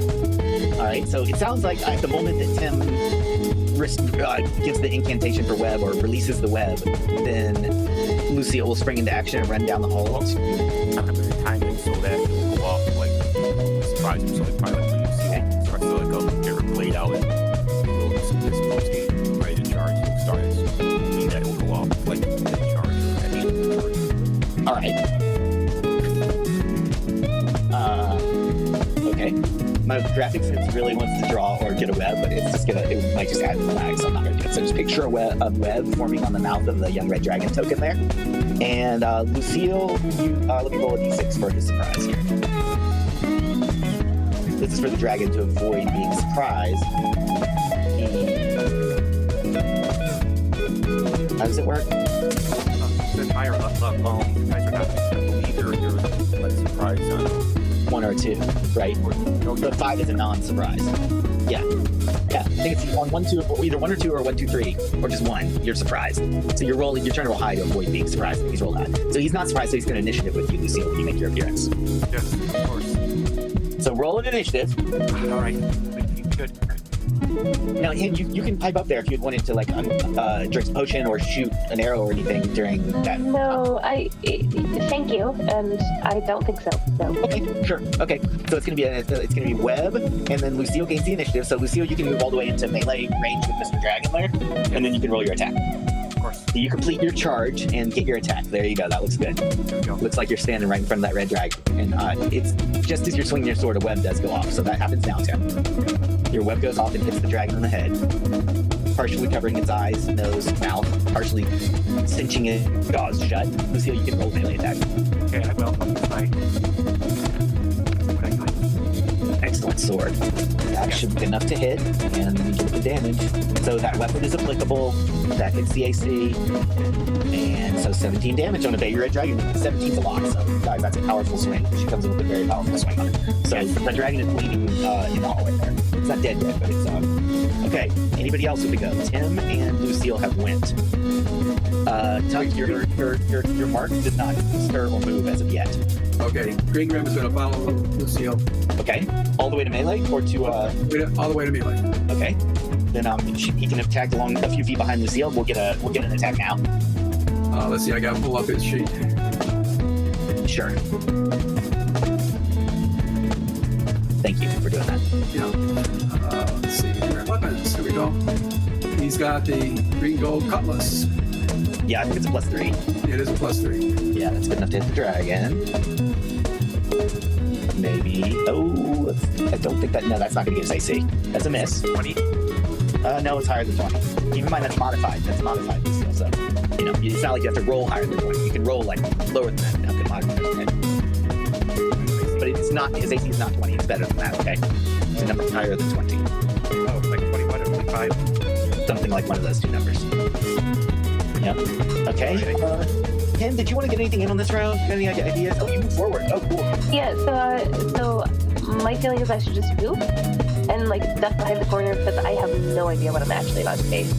Hey, you can rate of fire 1, but you can move that far and still shoot your bow once when you get there. If if you're RPing that you're that timid or whatever at the corner. Well, so having recently experienced other fire creatures, I'm a little bit shy about shooting. But I can look at the corner, shoot one, and see what happens. Okay, so when you get up to the corner, the dragon is quite a bit taller than your mate. But terrible. For 1, you do manage to hit one of your mates. Oh, no. How you choose an RP it here. It's 3 points of damage on either Green Grin or Lucille. How's that? Oh no! I've shot Green Grin more than once. Let me zoom in, or see if I can zoom in. Lucille has 37 out of 37, and Green Grin's on 17 out of 31. 11 out of 31. Oh, 11 out of 31. Lucille, I'm so sorry, but I am going to shoot you in. All right. Somewhere. All right. The earlobe, probably, because she just. It's not huge. It's just a shotgun wild. Sorry. All right. All right. Ouch. Is that new initiative? I think it's new initiative. I think so. Dragon has not really attacked us with his breath because it's wet. Okay, wait. The dragon. Okay, gotcha. I didn't get to go for the dragon round. It's the dragon's turn at the bottom of this round. The bottom of the first round is the dragon's turn. He is going to. He can't do a bite. He can't do a breath weapon in his current condition until he gets the. So he's going to do claw, and strain against the web. So forsaking his bite attack, strain against the web, he still has 2 claw attacks, which are going to be. Give me a second. Let's see. It's 4. +4 +2. Roll. Give me a second. D20. I think it's +4 plus. Okay, this is the claw attack against Green Grin. 17 AC. Nope. Nope. No, Right. he's 18. The Baby Red Dragon's claw is deflected. And this is the attack against Lucille with a dragon's claw. 21. Yes, that would hit me. Okay, this does the guy does 5 points of damage to you. All right, 5 damage. That's okay. Yeah, he pokes you with a dragon claw for 5 points of damage. He's a red hot wormling. Yes. What is Initiative. of dragons? Yes, All right. I get a bunch of points back because of my speed of regeneration. that's right. Yeah, I think I shrug it off. Cool. Okay, so everybody do movement and shooting. The dragon's gonna move a little bit. He's gonna slightly reposition himself. I'm gonna start casting magic missile. Okay. And Tuck is just slowly backing away, but keeping his finger ready on the suspicious dude. All right. Cool. I see that. Okay. Any shooting? Ken, do you want to shoot him? Shoot that dragon. Shoot him twice. I mean, Shoot him I twice. do, but the last time I shot something that was on fire, it didn't go well. Oh. Yeah. I mean, you win some, you lose some, but it, All right. Okay. This is a situation where I will. you need to combat. Select And experiments. I will see what happens. Here we go. all right, so and I understand because you're shooting regular wooden arrows Right. at a fire-based creature. Gotcha. Both of those arrows are deflected by his scales. While you look up at the creature, you see it has a magical web clenching its jaw shut, but it's got some like fiery ooze starting to dribble through the web. It's trying to free its mouth. It's clenching and unclenching its jaw. Okay. So this thing enemies- is larger than man-sized, right? Yes. Meaning maybe next turn I could have advantage for sticking up behind it. Sure. Since it's not 5e, we don't have advantage. But okay, yes, sure. Well, right. Okay. Yes. Are you thinking of having a sneaking advantage, a defensive advantage, or an attacking advantage? I was thinking of having the halfling advantage that goes with having a giant creature. So my idea would be to sneak into the room, come up behind it, and try to do something. Yeah. I still can't remember if that's like a benefit of 4 on your AC. That's what I think it is. I think it's a defensive bonus for you. Your AC is 4 better against such a large creature. I think so. Yes. Other plus 2 versus larger creatures. On hits or AC? On defense. Okay. Yeah, that's it. That's it. So basically, Oh, it's hard. defense. Yeah, mainly defense. Yeah, it's hard for them to stomp you. The idea is like David versus Goliath. It's like Goliath is too big to find where David is. So David's too quick. That's it. Like you're trying to kill a fly. What's that, Tim? Like you're trying to kill a fly. Oh, Right. Oh, but you can't never get. Yeah, but I could maybe sneak around behind it because I do have backstab as well. yeah, you can. So, okay, that's for the future. Yeah, just 2 shots now. So it comes to melee for the dragon. He's gonna go claw bite again, and this time he breaks the web off his mouth, which will allow him to do either a bite or a breath weapon starting next round. With that said, he's got 2 claw attacks, and he'll repeat those against the same 2 people. So that's Green Grin's attack. It's a miss, and against Lucille. Oops. Oh, AC 6. Gosh. Yeah, the Dragon's Claw totally misses you, Lucille. You dodged definitely out of its way. Yes, that's right. And it's the party's melee or any other actions that were missed. Right. Good. Tim, did you have a spell going off? Yeah, Tim's magic missile goes off now. Yeah, so the Tim, D12, please, for wild magic chances. yeah. 12 will become a wild. 12 will go wild. Okay, regular magic missiles. Proceed. Alright, so at the moment he rips open his mouth with the web, I'll shoot 3 magic missiles inside his mouth. Awesome. Love that. 11 damage. Got it. Let me apply that and see if he's still alive. Close to killing him, but he's still alive. Good shot. It's been applied. There's Lucille. 14 is a miss. That's Green Grin. Green Grin with a hit. So it's 21. Okay, so yeah, this guy is like a 21. Yep. This is AC 21. Okay. He's down. Good. I say thank you, Green Grin. We have captured one of the members of this board. That's right. That's right. One of these young dragons of its brood. That's right. We say, helping you with my very nice incredible strength reduction out of the hall. All is possible. Or moving somewhere less conspicuous because I want to start collecting its scales to make armor or to donate to the village. All right, I moved it back into the dead armor room if you want. Yes, of course. Okay, that's where it is for now. So you can reassemble the party there. Yes, I'm going to go over here. Good job. That's worth a good chunk of XP. And exactly as Lucille's recounting, I like how she used the word brood there. So she got the clue earlier. There were 6 babies. So 5 baby dragons left and 1 big one that's mainly outside. Yeah, That's right. Tuck is still keeping an eye on this guy until we leave this room. Thank you for emphasizing that. So far, no movement from that guy. Yes, and there's like a getting to where I'm starting to like begin the red dragon and say, all right, get the red dragon and collect the scales and put them into the satchel, or put them in the special bag of holding. All right. Tim, will you type that into either wherever you keep the bag of holding or into loot log on Discord, and it will be labeled as scales of one young red dragon scales. Just need to keep track of it as the 1 so far because there'll probably be more later. Yes, I marked it on my sheet as well. because of how much Okay, you have sure. stuff in your bag. Yeah. You can put it in a bag of holding. Okay, so are you actually carrying it or just keeping a note of it but putting it in BOH? Something like that, yes. Okay, cool. Yeah, and my character says, hey, I think we need to like make use of this gun and red agents and we each to have for a cook. For a cook? Yeah, like have it for our campfire. Are you wanting to like chop that up and store it for later, or are you wanting to actually eat it now? How about like storage for later? Okay.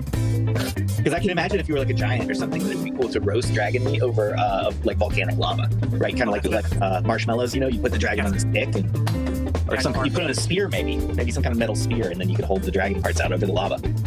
Yes, but I think it'd be better to just chop it up into tiny pieces. All right. And I'm not going to get super detailed with that. Hand wave a little bit here, but there's still different levels. So what we're going to say is that, okay, how long do you want to spend? I'm not really sure exactly. Yeah. 1 hour, 2 hours, or like 6 or 8 hours? So to get every last part of the dragon, I'm sure takes at least 8 hours of processing. But if you want to spend about 1 or 2 hours on it, you can get enough scales to make armor and some meat put away for later. Sure. I just want to make Chuck says that, I'm not real comfortable staying in this room too long, guys. I rolled no random encounters come in the first hour, so you've gotten the scales for armor so far. Do you want to do another hour right now to get meat, Lucille? Sure. Okay, an hour. So during hour 1 and 2, any additional secret door checks can be done by the party if you want. I mean, or tell me anything else you do during this downtime, because I know that you guys are setting up defenses in case a random encounter comes. Tuck is just keeping an eye on the guy. Ah, wow. Okay. And he's urging Lucille to hurry up because he can only do this so long. Okay, Did they say, well, if anyone else likes to help me to speed it up? Yes. Yeah, Who was helping Lucille process the young red dragon? I have a Green girl, happily. or head to help me. And do you help? Green gives Certainly. another check on the wall for That's fine.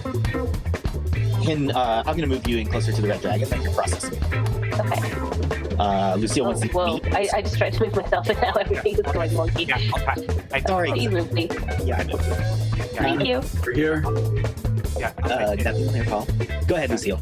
I'll just type dragon meat on my sheet. Yes, please. Well, yes. One, the meat of one red dragon, or one egg red dragon meat, so that you can later increase that to 2x when you get a second one. Okay, Paul, is that last check? Is that for Paul, for Tuck, or Green? That's for Green Grim. Okay, that's Green's check. All right.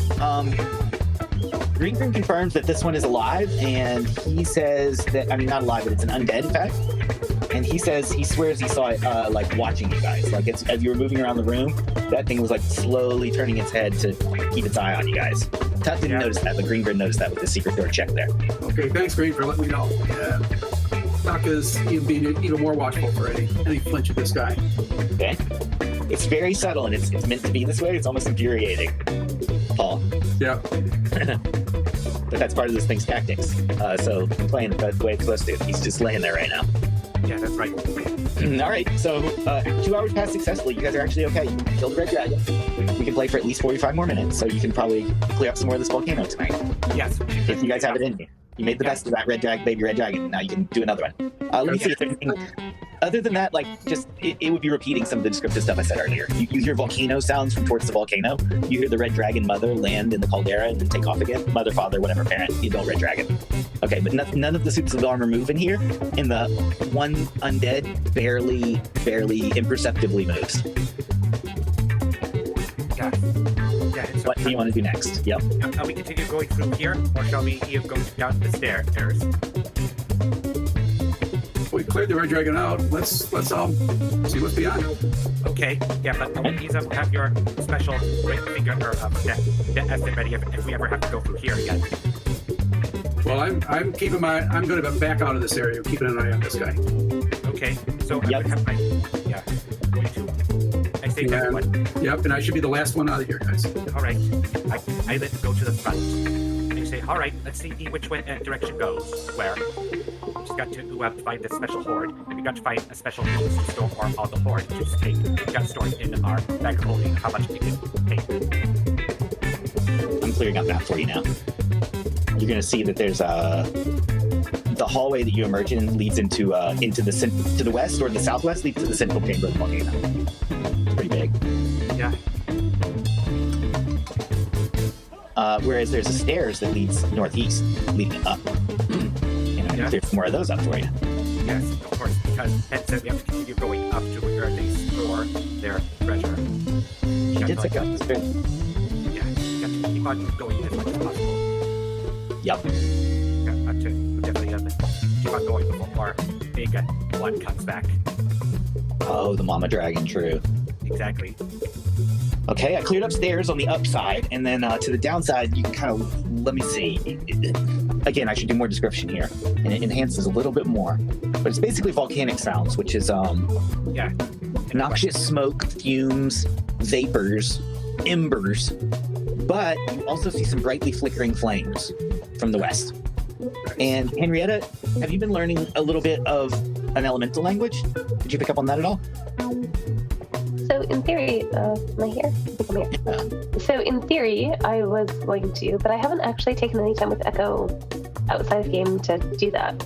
Yeah, no, you don't have to do anything outside of game. I think you guys have been doing it steadily since you brought it up. And you notice that you can hear some voices that you're starting to learn that they're speaking the language of fire.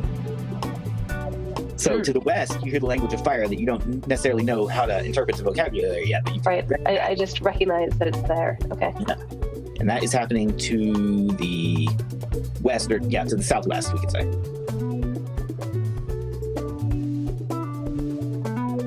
Whereas to the northeast, up the stairs, is also some sound, but not like linguistic sounds, just maybe some kind of large creature.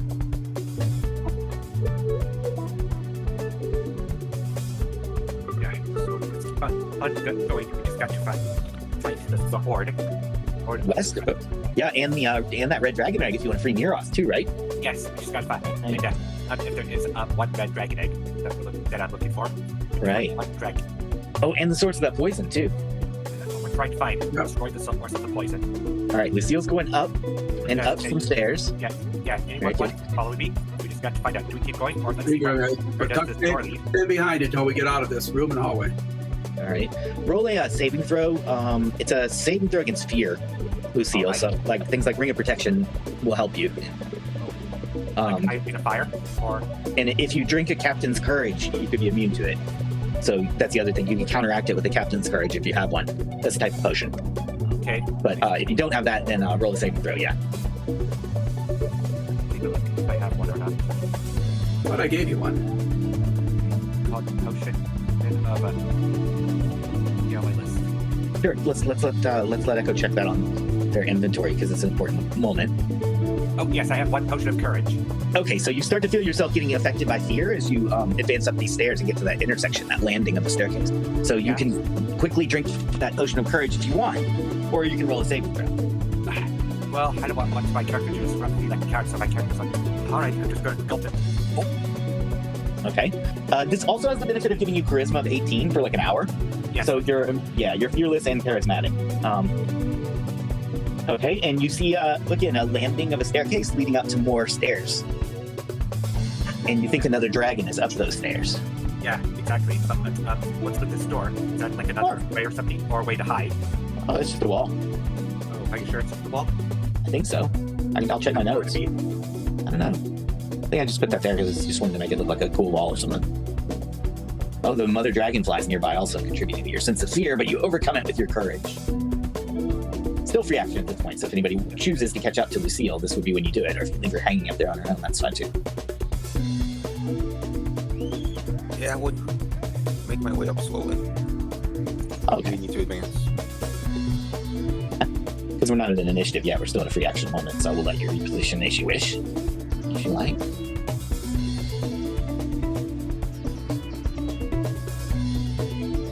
Paul, show me where you're doing that check. What room is that for, or section? What check? Oh, okay, that's your check from earlier. Okay, it's still in the chat. That's fine. No problem. Lucille's arrived at a new intersection, and most of the party's keeping up with her. Paul was keeping the back line. Paul, you never saw that guy move Nope. as you backed out of the room, and so you do back on out. Yep, and I follow up the stairs, kind of keeping a look at the back yet. I still don't quite trust that guy. All right, everybody, as you get to about the point that Tim is, needs to roll a saving throw versus fear, unless you're immune to fear, or unless you have a captain's courage you want to drink right then. So you start to feel a dragon fear as you go up the staircase, and you see Lucille slurping down a beverage, the upper landing there as she turns the corner. Lucille, you see a big red dragon right up the hill from you. She's about to initiative you in a second. So we're rolling what, a saving throw? A saving throw, yeah. Okay. So it is a saving throw versus fear. Okay, so Paul, you... That's Green Grim. That's Green Grin? Okay. Green needs to run back downstairs. At least to the intersection at the bottom of the stairs here. And as does Henrietta. And Tuck does a Captain's Courage as soon as I can find it. Yeah, there we go. Okay. Tuck down to Captain's Courage. So 0 out your Captain's Courage on your sheet. I had 2, so I'm down. Down to 1. Okay, that's fair. I like that. So just keep track of that, of course. Yeah. Henrietta, you can recover from your fear in like 4 rounds unless you do something to counteract it. So you don't have to flee any further than that, and you can take other actions from down there, but you're too afraid to go back up that staircase for 4 rounds or so. The same with Green Grin. Yep, Green Grin is down there. 4 rounds. You guys notice Green Grin and Henrietta see flashes of fire from the west or the southwest. They're afraid that a bright light is coming towards them from the southwest. Meanwhile, they're afraid to go up the stairs. Kind of between a rock and a hard place there. Lucille, I think go ahead and initiative it for us, please. All right, but don't know what this phoenix is. Is it a door or something? Because it looks like a door, but because of the handle and the wood. Oh, let me zoom in on that and see if I really let me see there. You would need to take 10. Well, I honestly didn't know that you could see a handle on that graphic. My eyes cannot see that. I can see it because I still have good eyesight, and also my glasses I'm wearing. And that's why I believe you, is I believe you can see it, even though I didn't intend it. But what I'm saying is I didn't intend for it to have a handle per se. So I will say that Lucille, you have to spend. How can I put it? It would take you 10 minutes to you pull in the handle and nothing happens in the brief moment, and there's a red dragon there. You think if you spent 10 minutes searching it, you could maybe figure out how to open it with that handle. Okay, fair enough. A not well functioning, a poorly functioning handle, a stuck handle, so to speak.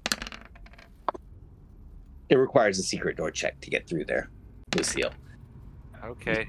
You sussed me out on that. All right. Yeah. Okay, then. So I think it's fair to say Lucille is suspicious that something's there, but she doesn't know. And the red dragon goes first. It's going to breathe red dragon fire straight down the stairs. It's only going to hit Lucille. All right. I'm going to make my saving throw. Sure, saving throw for half. All right. And so, by the way, do you have anything of fire resistance on? Yes, I have my ring of fire resistance. Okay, so your saving throw should have a saving throw that has that incorporated, I believe. It is. It says right here. Yeah.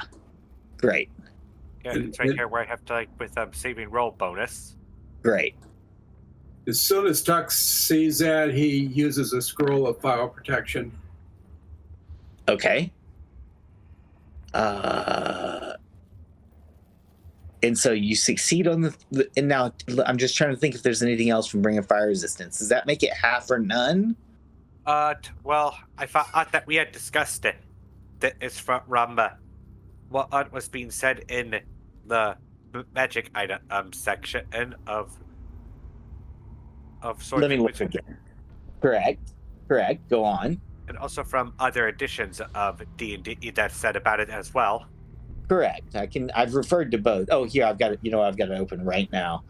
It was on the page when I opened my thing here. Oh, that's the protection scrolls. Wait, I want the resistance.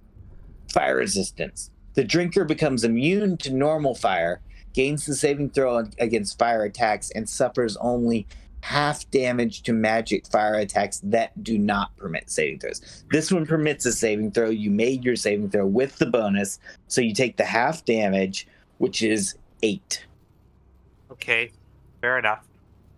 You took 8 instead of 16. Okay, thanks to your level and your ring. Thanks to making your saving throw. Okay. Tuck, you are completely immune to fire and feel more safe proceeding forward as long as you're not feared. Yeah, and I drank that potion of courage, so. Amazing. So you're really in a good shape to fight that dragon now. Lucille is not feared, but took some hit points damage, but she's still okay too, I'd say. Yes. It's your turn. It's you guys' turn. Well, it's yeah. You can do. Okay, it's your turn. Okay. All right, I'm going to be climbing up to fight. Okay, let's check if you can get all the way up there. I don't know that you can get all the way up there and still get a melee. He is Right. 87 feet away from you, so I would think you need to use this whole round to climb the stairs and not get a swing. All right. Yeah. Because I'm wearing normal armor. And because because it's uphill and everything, it's a tough staircase there. So you climb up the staircase towards the tall, large dragon up there, the slithering baby dragon. Tuck, what's your plan? Tuck goes to where he can see him, and he uses his sling. Okay, sure. You can get rate of fire 1 on your sling after doing that amount of movement. And it is a miss. Yeah, it's a miss. It's deflected.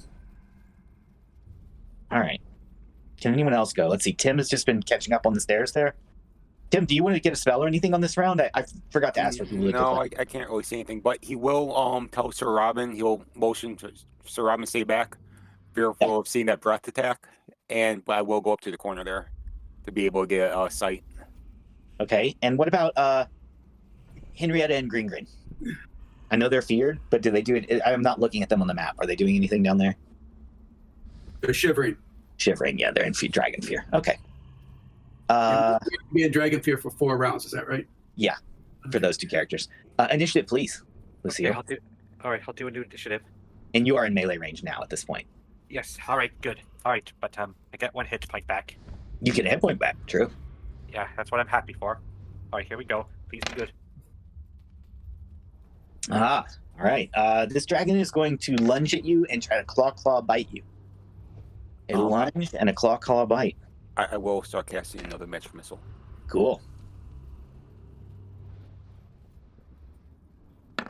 So it's going to be 3 of these rolls against Lucille's AC. Claw misses. Another miss. Ooh, you saw it before I did.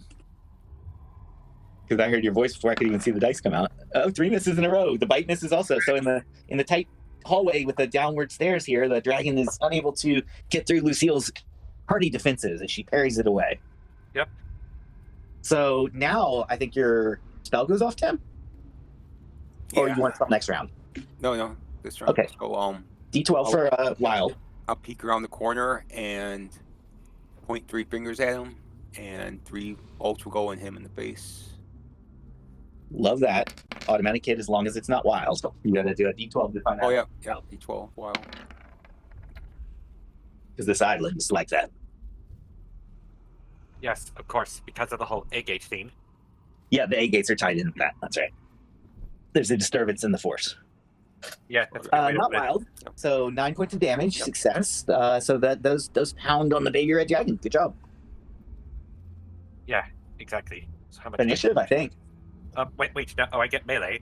Okay, The please. spell went off because after the dragon tried to claw me, but I survived all 3 strikes. That's right. So here we It's go. your hit, Seal, of course. Yeah, but how much damage did the dragon get extra from the magic 9. missile? 9. All right. Yeah. All right. I hope it will be good. My sword will be good enough to kill it. And I did take the 9 off, so that's done. Ooh, that's a hit. Can you read that damage amount? I can't read it. 13. Okay, the dragon's still alive after the 13 damage. A substantial hit. Good fight. They're going toe-to-toe in the hallway there. Yes. Round 3, initiative. Henrietta and Green Grin are still afraid. If they needed to do anything down there in the hallway other than come up, they can let me know. All right, here we go. Here we go. And I hate for a player to be sidelined through a whole battle. So is this the 3rd round or the 4th round now? I think this is the 3rd round now. Okay.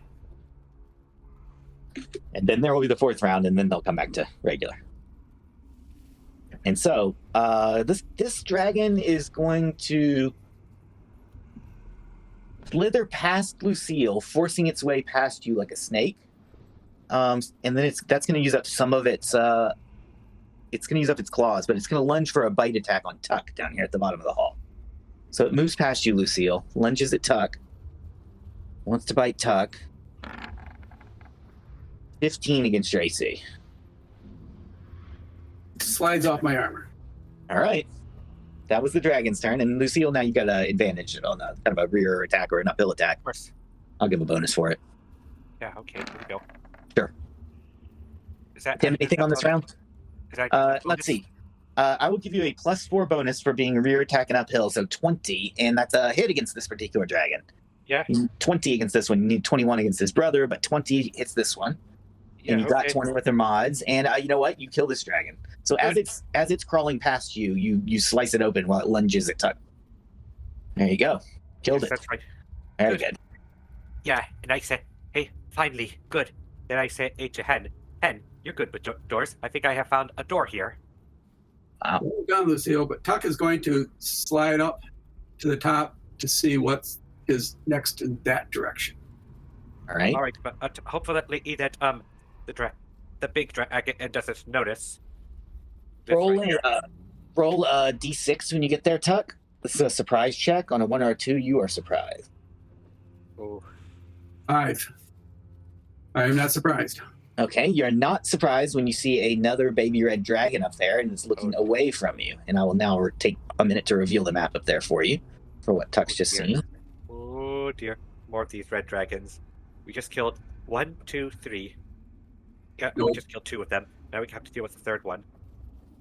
All right, can you see it now, Tuck, around the corner and looking away from you? Yes, I can see it. Okay, it doesn't notice you yet. Yeah. you Okay, should- and so Tuck ducks down after he sees it, slithering away. And I whisper to Lucille that there's another young dragon up there going away from us. Hopefully it's not going to get its mother. Yes, hope not. But you should definitely hide the corpse of this young red dragon as possible. Well, if you can get that door open, you can hide it. Yes, I got to ask to Hen to come and assist. Yeah, they say, Hen, come here. Dave, we killed this one. She's typing something. Okay. Don't know what that means. We'll see what her answer is. And you can go on voice if you can go on voice. Okay. I think she's responding to my emote I made.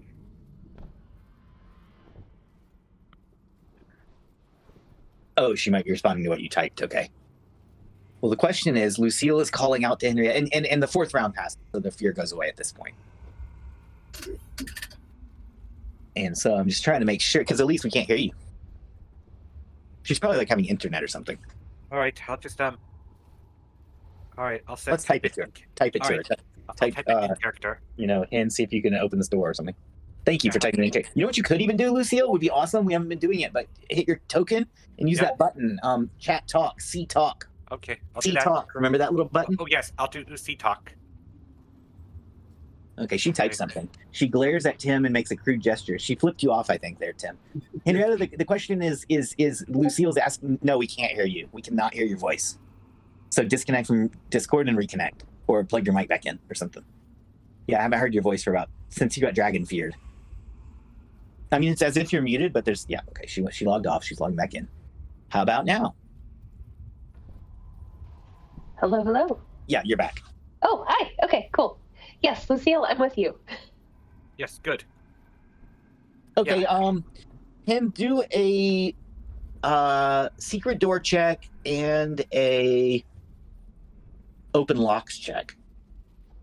Okay, will do. Secret doors and open locks. Secret There doors is not on your character. Is a special no set up for you. open locks is here because it's Is on it my the sheet, photo? which is open. Okay, great. Okay, great. And secret doors. Let me. This is exciting, you guys. This is an exciting moment right here. Yeah, exactly. I'm glad agree. you think so. Yeah, because going up against Secret red doors. dragons. There we go. Yeah, going up against red dragons is giving me the goosebumps. That's right. Ooh. Yeah, I can feel my hairs on my body raising up. Wow, I love it when that happens. That's a sign of a strong emotion and stuff. Henrietta, you're convinced that there's a door behind it, and you've you've made it openable, but you can't figure out how to push on it the right way. Someone has to roll a 1 on their secret door check, and if no one rolls it, none of you can figure out how to push through. So far, Henrietta's rolled it. Alright. Again, Henrietta's picked the lock on it, but it's like there's a secret button, or the door is there at this point. But can anyone get through it? And every person only gets one check. Tim gets a 1. Tim the wizard knows how to get in there, and pull, not push, Hen. Pull, not push. exactly like the Far Side comic. Tim, shush. That is hilarious. Tuck, you sense undead are in this next room. Wait, If you can go Tim, through I that didn't secret shoot you door. this time. Yeah, I because very stayed specifically did behind not you. shoot you this time. Because I stayed behind you. We got more Details. guys up ahead. So you want to go chase a young dragon, or you want to deal with undead?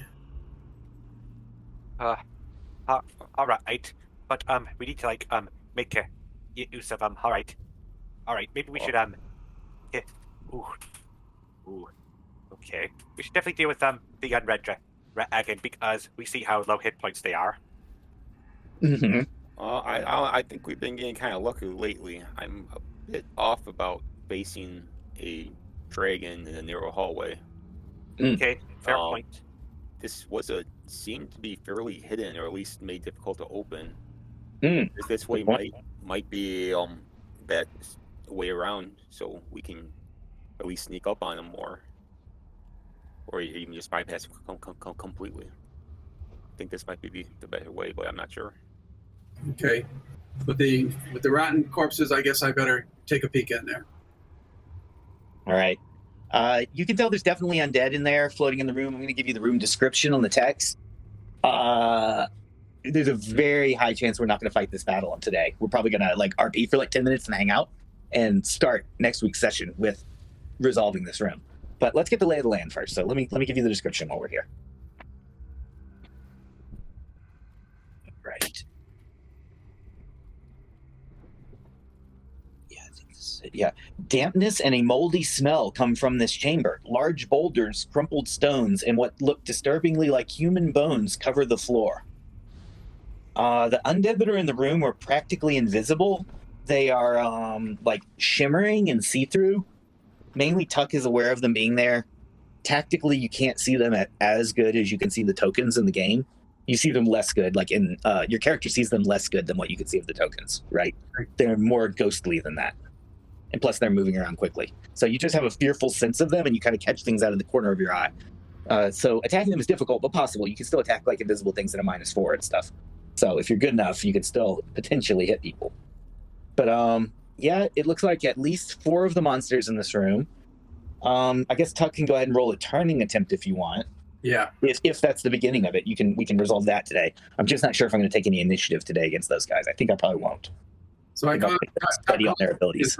Calls back what he sees to the group, and he says, "I'm going to try and turn these guys, but be ready to duck out of here because these guys are unusually nasty."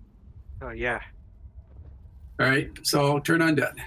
Yeah, and so you're going to roll it and then help me figure out what the hit dice is. The highest hit dice is that's what we'll determine it by. Because I'm not going to say the name of the monster. Okay. So we know the hit dice level of the monster that you're able to turn. And I'm figuring out this thing's hit dice right now. I'm trying to figure out what I have. Yeah, I know what it is.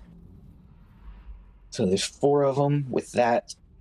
And when you come in the room, they do start doing some kind of I think it's a spell.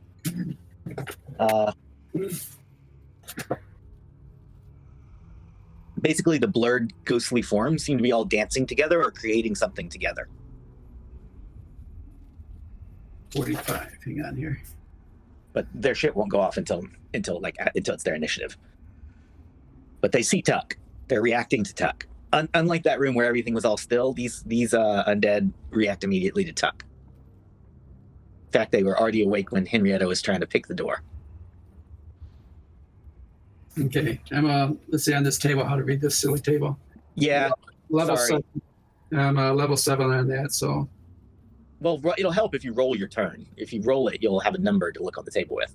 Yeah. Well, I guess you could look at the table and see what your target is, but you don't know what the hit dice is. I rolled a 13. A 13 will do what for you, according to the chart? A 13 will let you turn an undead of what power? Automatic turn. Of what power?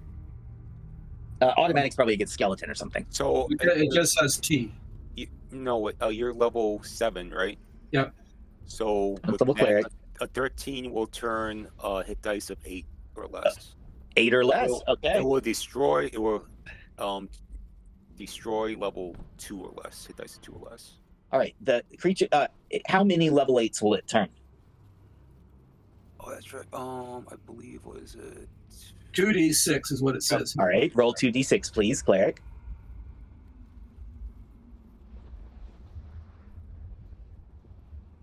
Okay.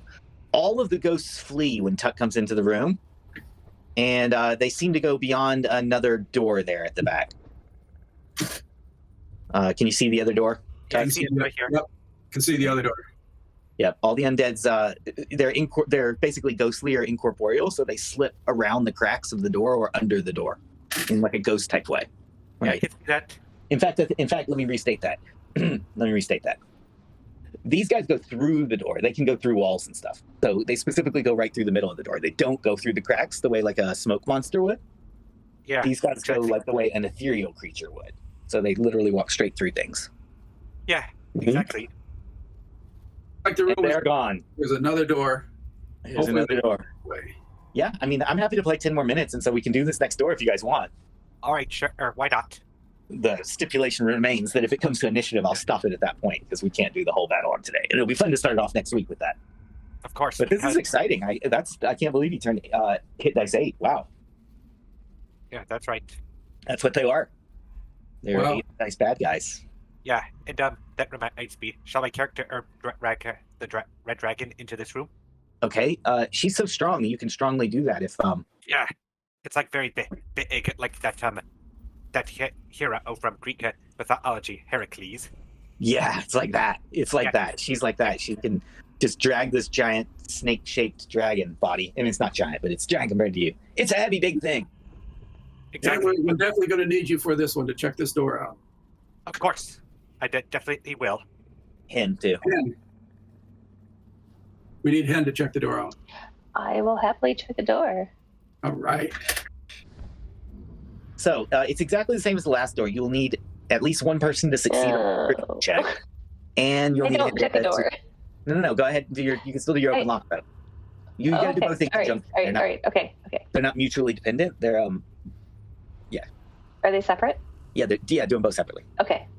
Someone needs to back you since she failed her secret door. She succeeded on the open locks, but she failed her secret door. Someone Okay. needs to succeed on the If secret somebody door. finds a door, I can open it. If not, somebody then that finds a door door. is basically lost to you guys, which is a huge shame. Oh, But there's a strong chance of it happening. You know, it's only 1 in 6 chance of getting it, and you've only got 5 people, so chances are you might not get it at some point. right. Was that Green Grin? That's Green Grin. Or Tuck? Green Grin? That's Green Okay. Grin. Got it. okay. Green found a door. Yeah. Now, let me reveal this for you. It's a big, exciting reveal. And as soon as I reveal this, you can go past that one door, even though Okay. it might still appear closed, but I'm going to open up a very exciting new. The door behind us, I think, we closed. Something about this next door is that when you go into this next room, you do not see those ghostly figures. All you see is Another door. another secret door. So, you want to pancake it there, Henrietta? You got another roll in you tonight? Sure. I mean, we Yeah. could try one. Look at it on the map there. I don't know if you can see it, but behind that secret door was another secret door. So they need you again. Okay. Is it a secret door or is it just a complicated door? Well, it's a complicated door. It's an unopenable door. Someone has to succeed Right. a secret door check to be able to figure out how to open it. And you need you need to unlock it and secretly reveal its secrets. Oh, I got my secret Okay. door check. Brilliant. And Brilliant. Okay, brilliant. All right. Nice. We're gonna fight this next room next week for sure. So I will reveal it to you now, though, for your tactical enjoyment, so that between now and next week you can be thinking about that. And I'm thinking if there's any other key questions I need to ask everyone in the party while I've got you all here. Oh. I'm very interested in, and I've said this before, but I'm interested in each character's affiliation with which element you feel closest to, and that could include para-elementals. So if Tim were to choose like something like steam or magma instead of fire, that would be okay. But Henrietta's already down for air, and Lucille is an affiliate of fire. She has an affinity for fire, and Tuck has an affinity for water. Yeah, that's what I Tuck thought. has an affinity for water. Yep. Oh, And okay. but after we cover that, when we get more in depth with it in the near future, we're going to get into the positive plane and the negative plane. So while each person has one, of the inner elements, like for example, Earth for Lucille. Yes, that's Each of right. you will also have elements of positivity and negativity.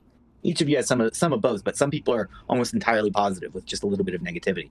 But I hope some people in the party can role play figuring out what some of someone's character's connections to the negative energy plane are.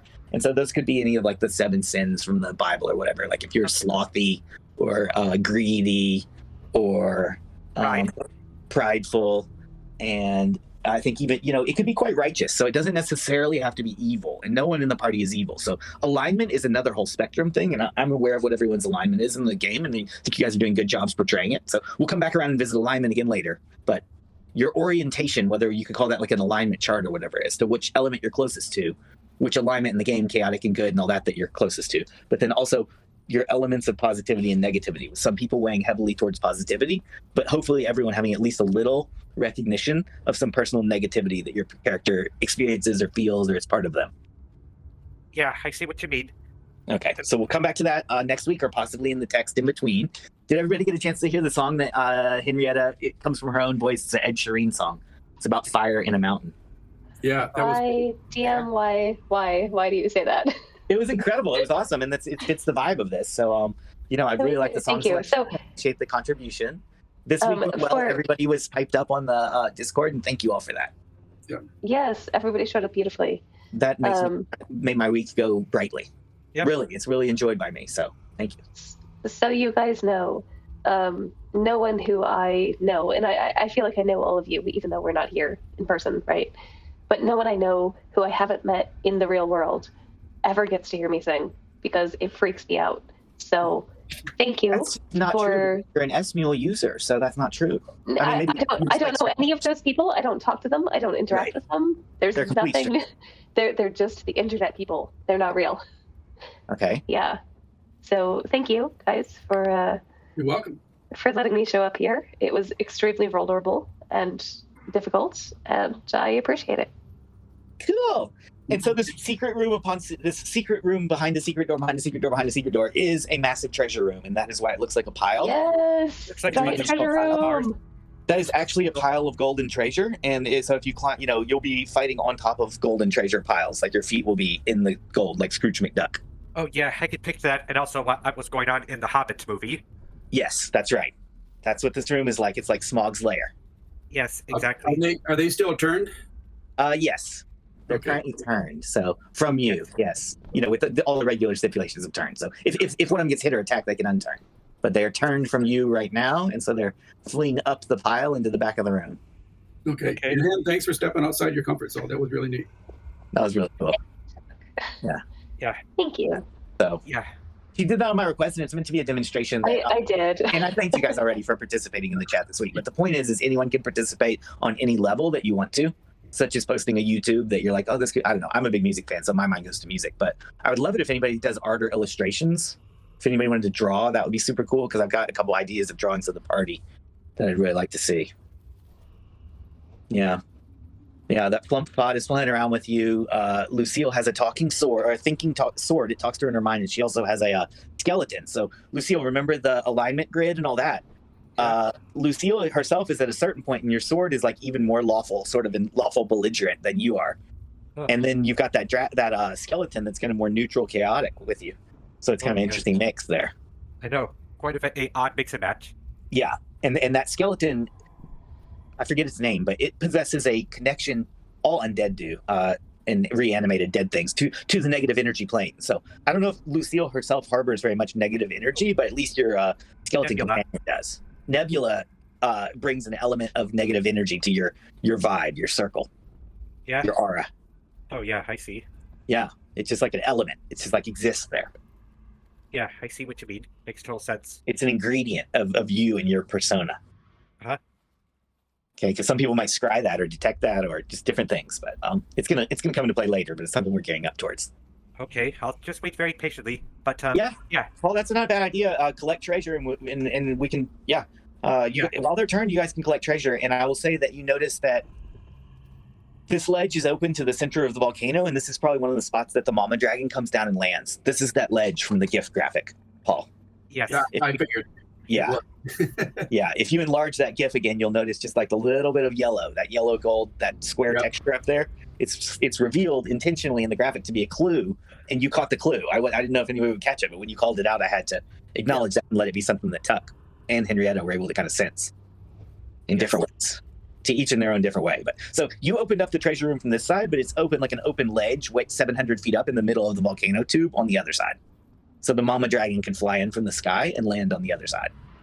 Yes, exactly. So we have to like avoid being seen, and we have to collect all the old coins and stuff into the bag of holding as much as we can. Yep. So you guys collect the treasure. I'll keep an eye out for these guys' turn, and I'll keep an eye out for any mamas coming. Yes. Yep, that's right. Yeah, because collecting a lot of gold coins reminds me from that movie I watched a long time ago, made by Disney, called Inspector Gadget 2, where Dr. Claw and his minions were planning to rob the Federal Reserve and use a special time-freezing machine device to the whole city of Riverton to basically like do this. A very impenetrable big depository of gold of the Federal Reserve, and basically do this. It's like heavily guarded, and basically have everyone all frozen, and basically get past through the kit.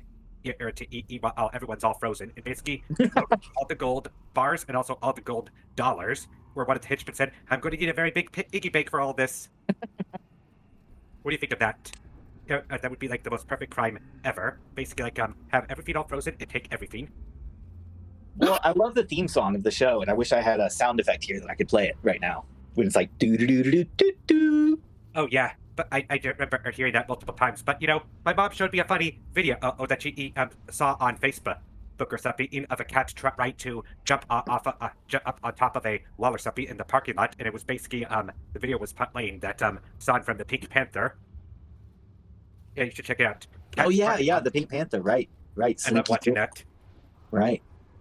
Yeah, one of my other favorite it's what was called Pink Panther, which was basically about a feud with a neighbor over a lawnmower.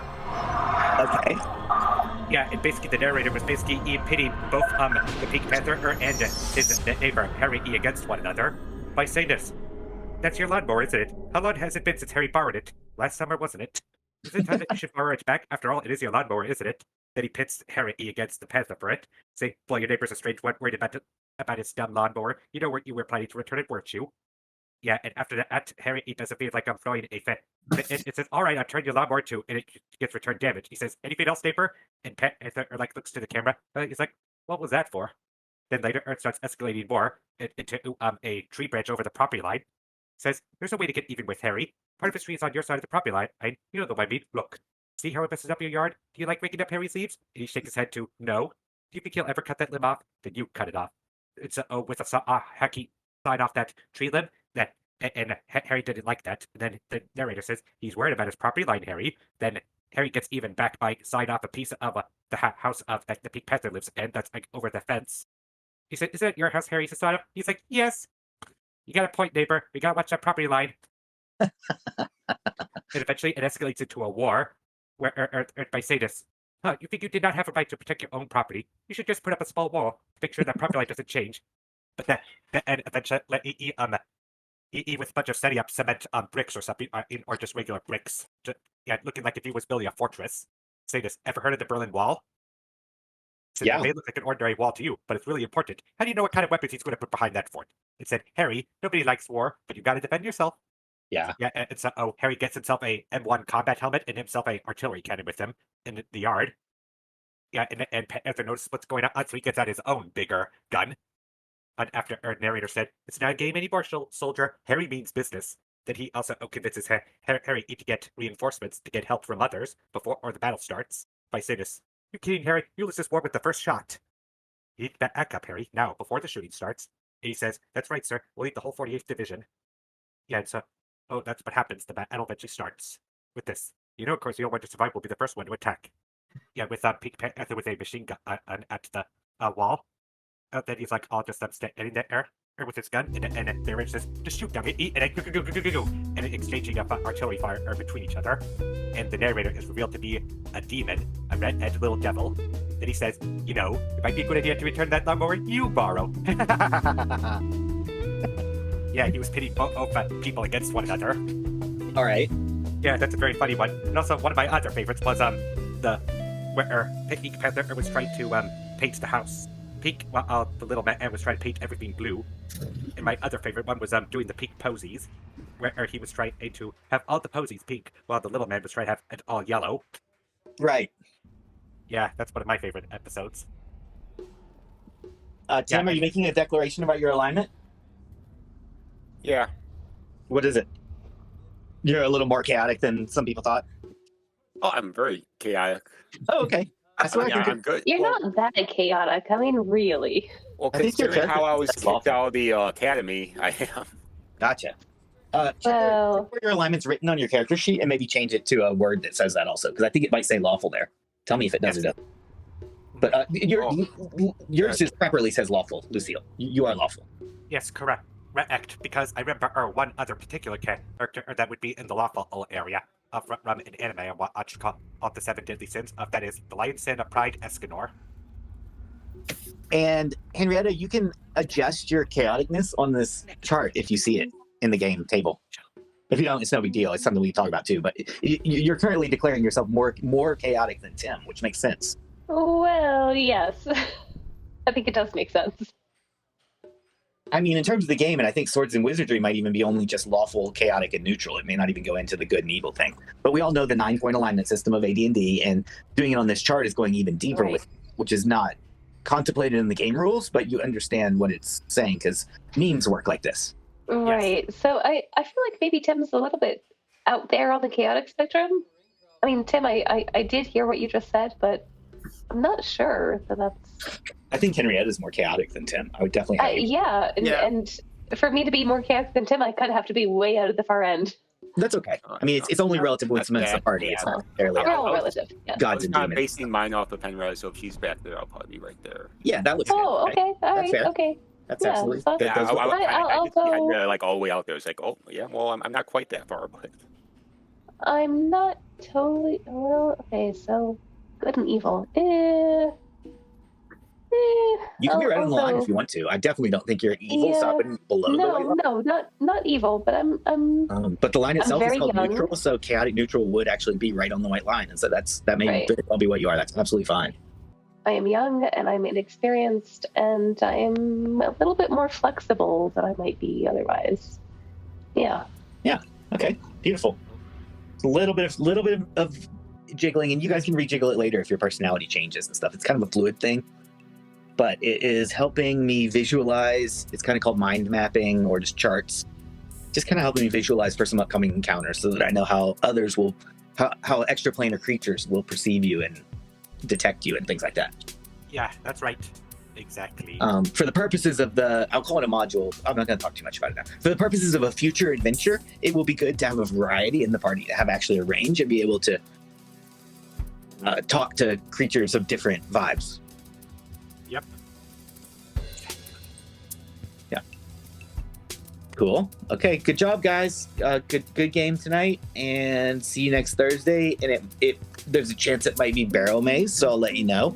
Like DM40 is still around, so I'll let you know. But I'm personally excited to get back into the volcano, and I'll post XP this week, and hopefully you guys can make some banter in the text again this week as we did last week, because that was fun for me.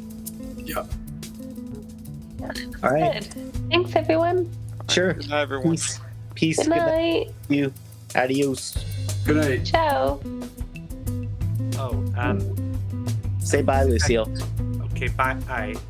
Okay. Do you got something important?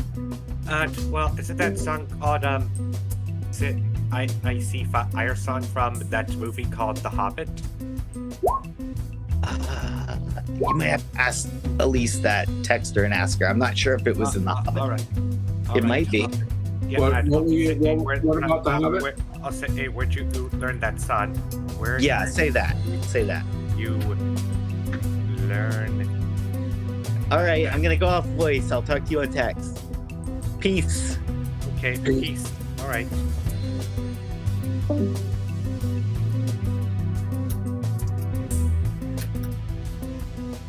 Well, that was pretty good. What do you want to know about the Hobbit movie?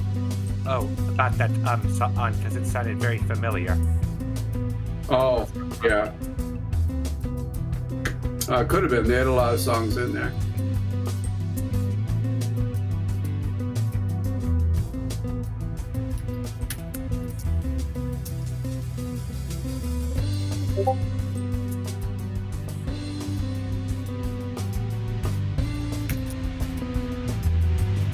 Yeah, well, not too long ago, I got my draft back from one of my bosses. Because I'm still working on my book. But I'm waiting for my friend of the family to come back over her visit from Fairbanks. Because he lives around in Fairbanks, so I'm waiting for her to come back to Anchorage for a visit. Good. Because she has been helping me with my book, and she has been an experienced editor with the newspaper, her business before. Mm-hmm. Yeah, a chief editor. So I figured I would need to have help from someone who's experienced with editing. But, you know, I watched that movie on HDV of that Superman Returns with Brandon Routh. Sure. On HDVD. I saw it back in theaters in the year 2006 when I was younger. So it was very cool. And I was also watching that other movie on regular DVD called, what was it called again? Oh, yeah. Guys, name again. Called again. Oh, yeah, From Dusk Till Dawn. Okay. Yeah, and I also have a copy of Lethal Weapon on HD DVD as well. I'm waiting for this coming Saturday to go garage selling again with a friend of the family of mine who likes to do garage sales as well because my mom is out on another trip to California with my aunt. My mom loves going garage sailing because I like to do garage sales because what they say is one man's trash is another man's treasure. That's true. But I gotta get off because I gotta get up early. Okay, that's understandable. Yep. Have a good week. Adios then.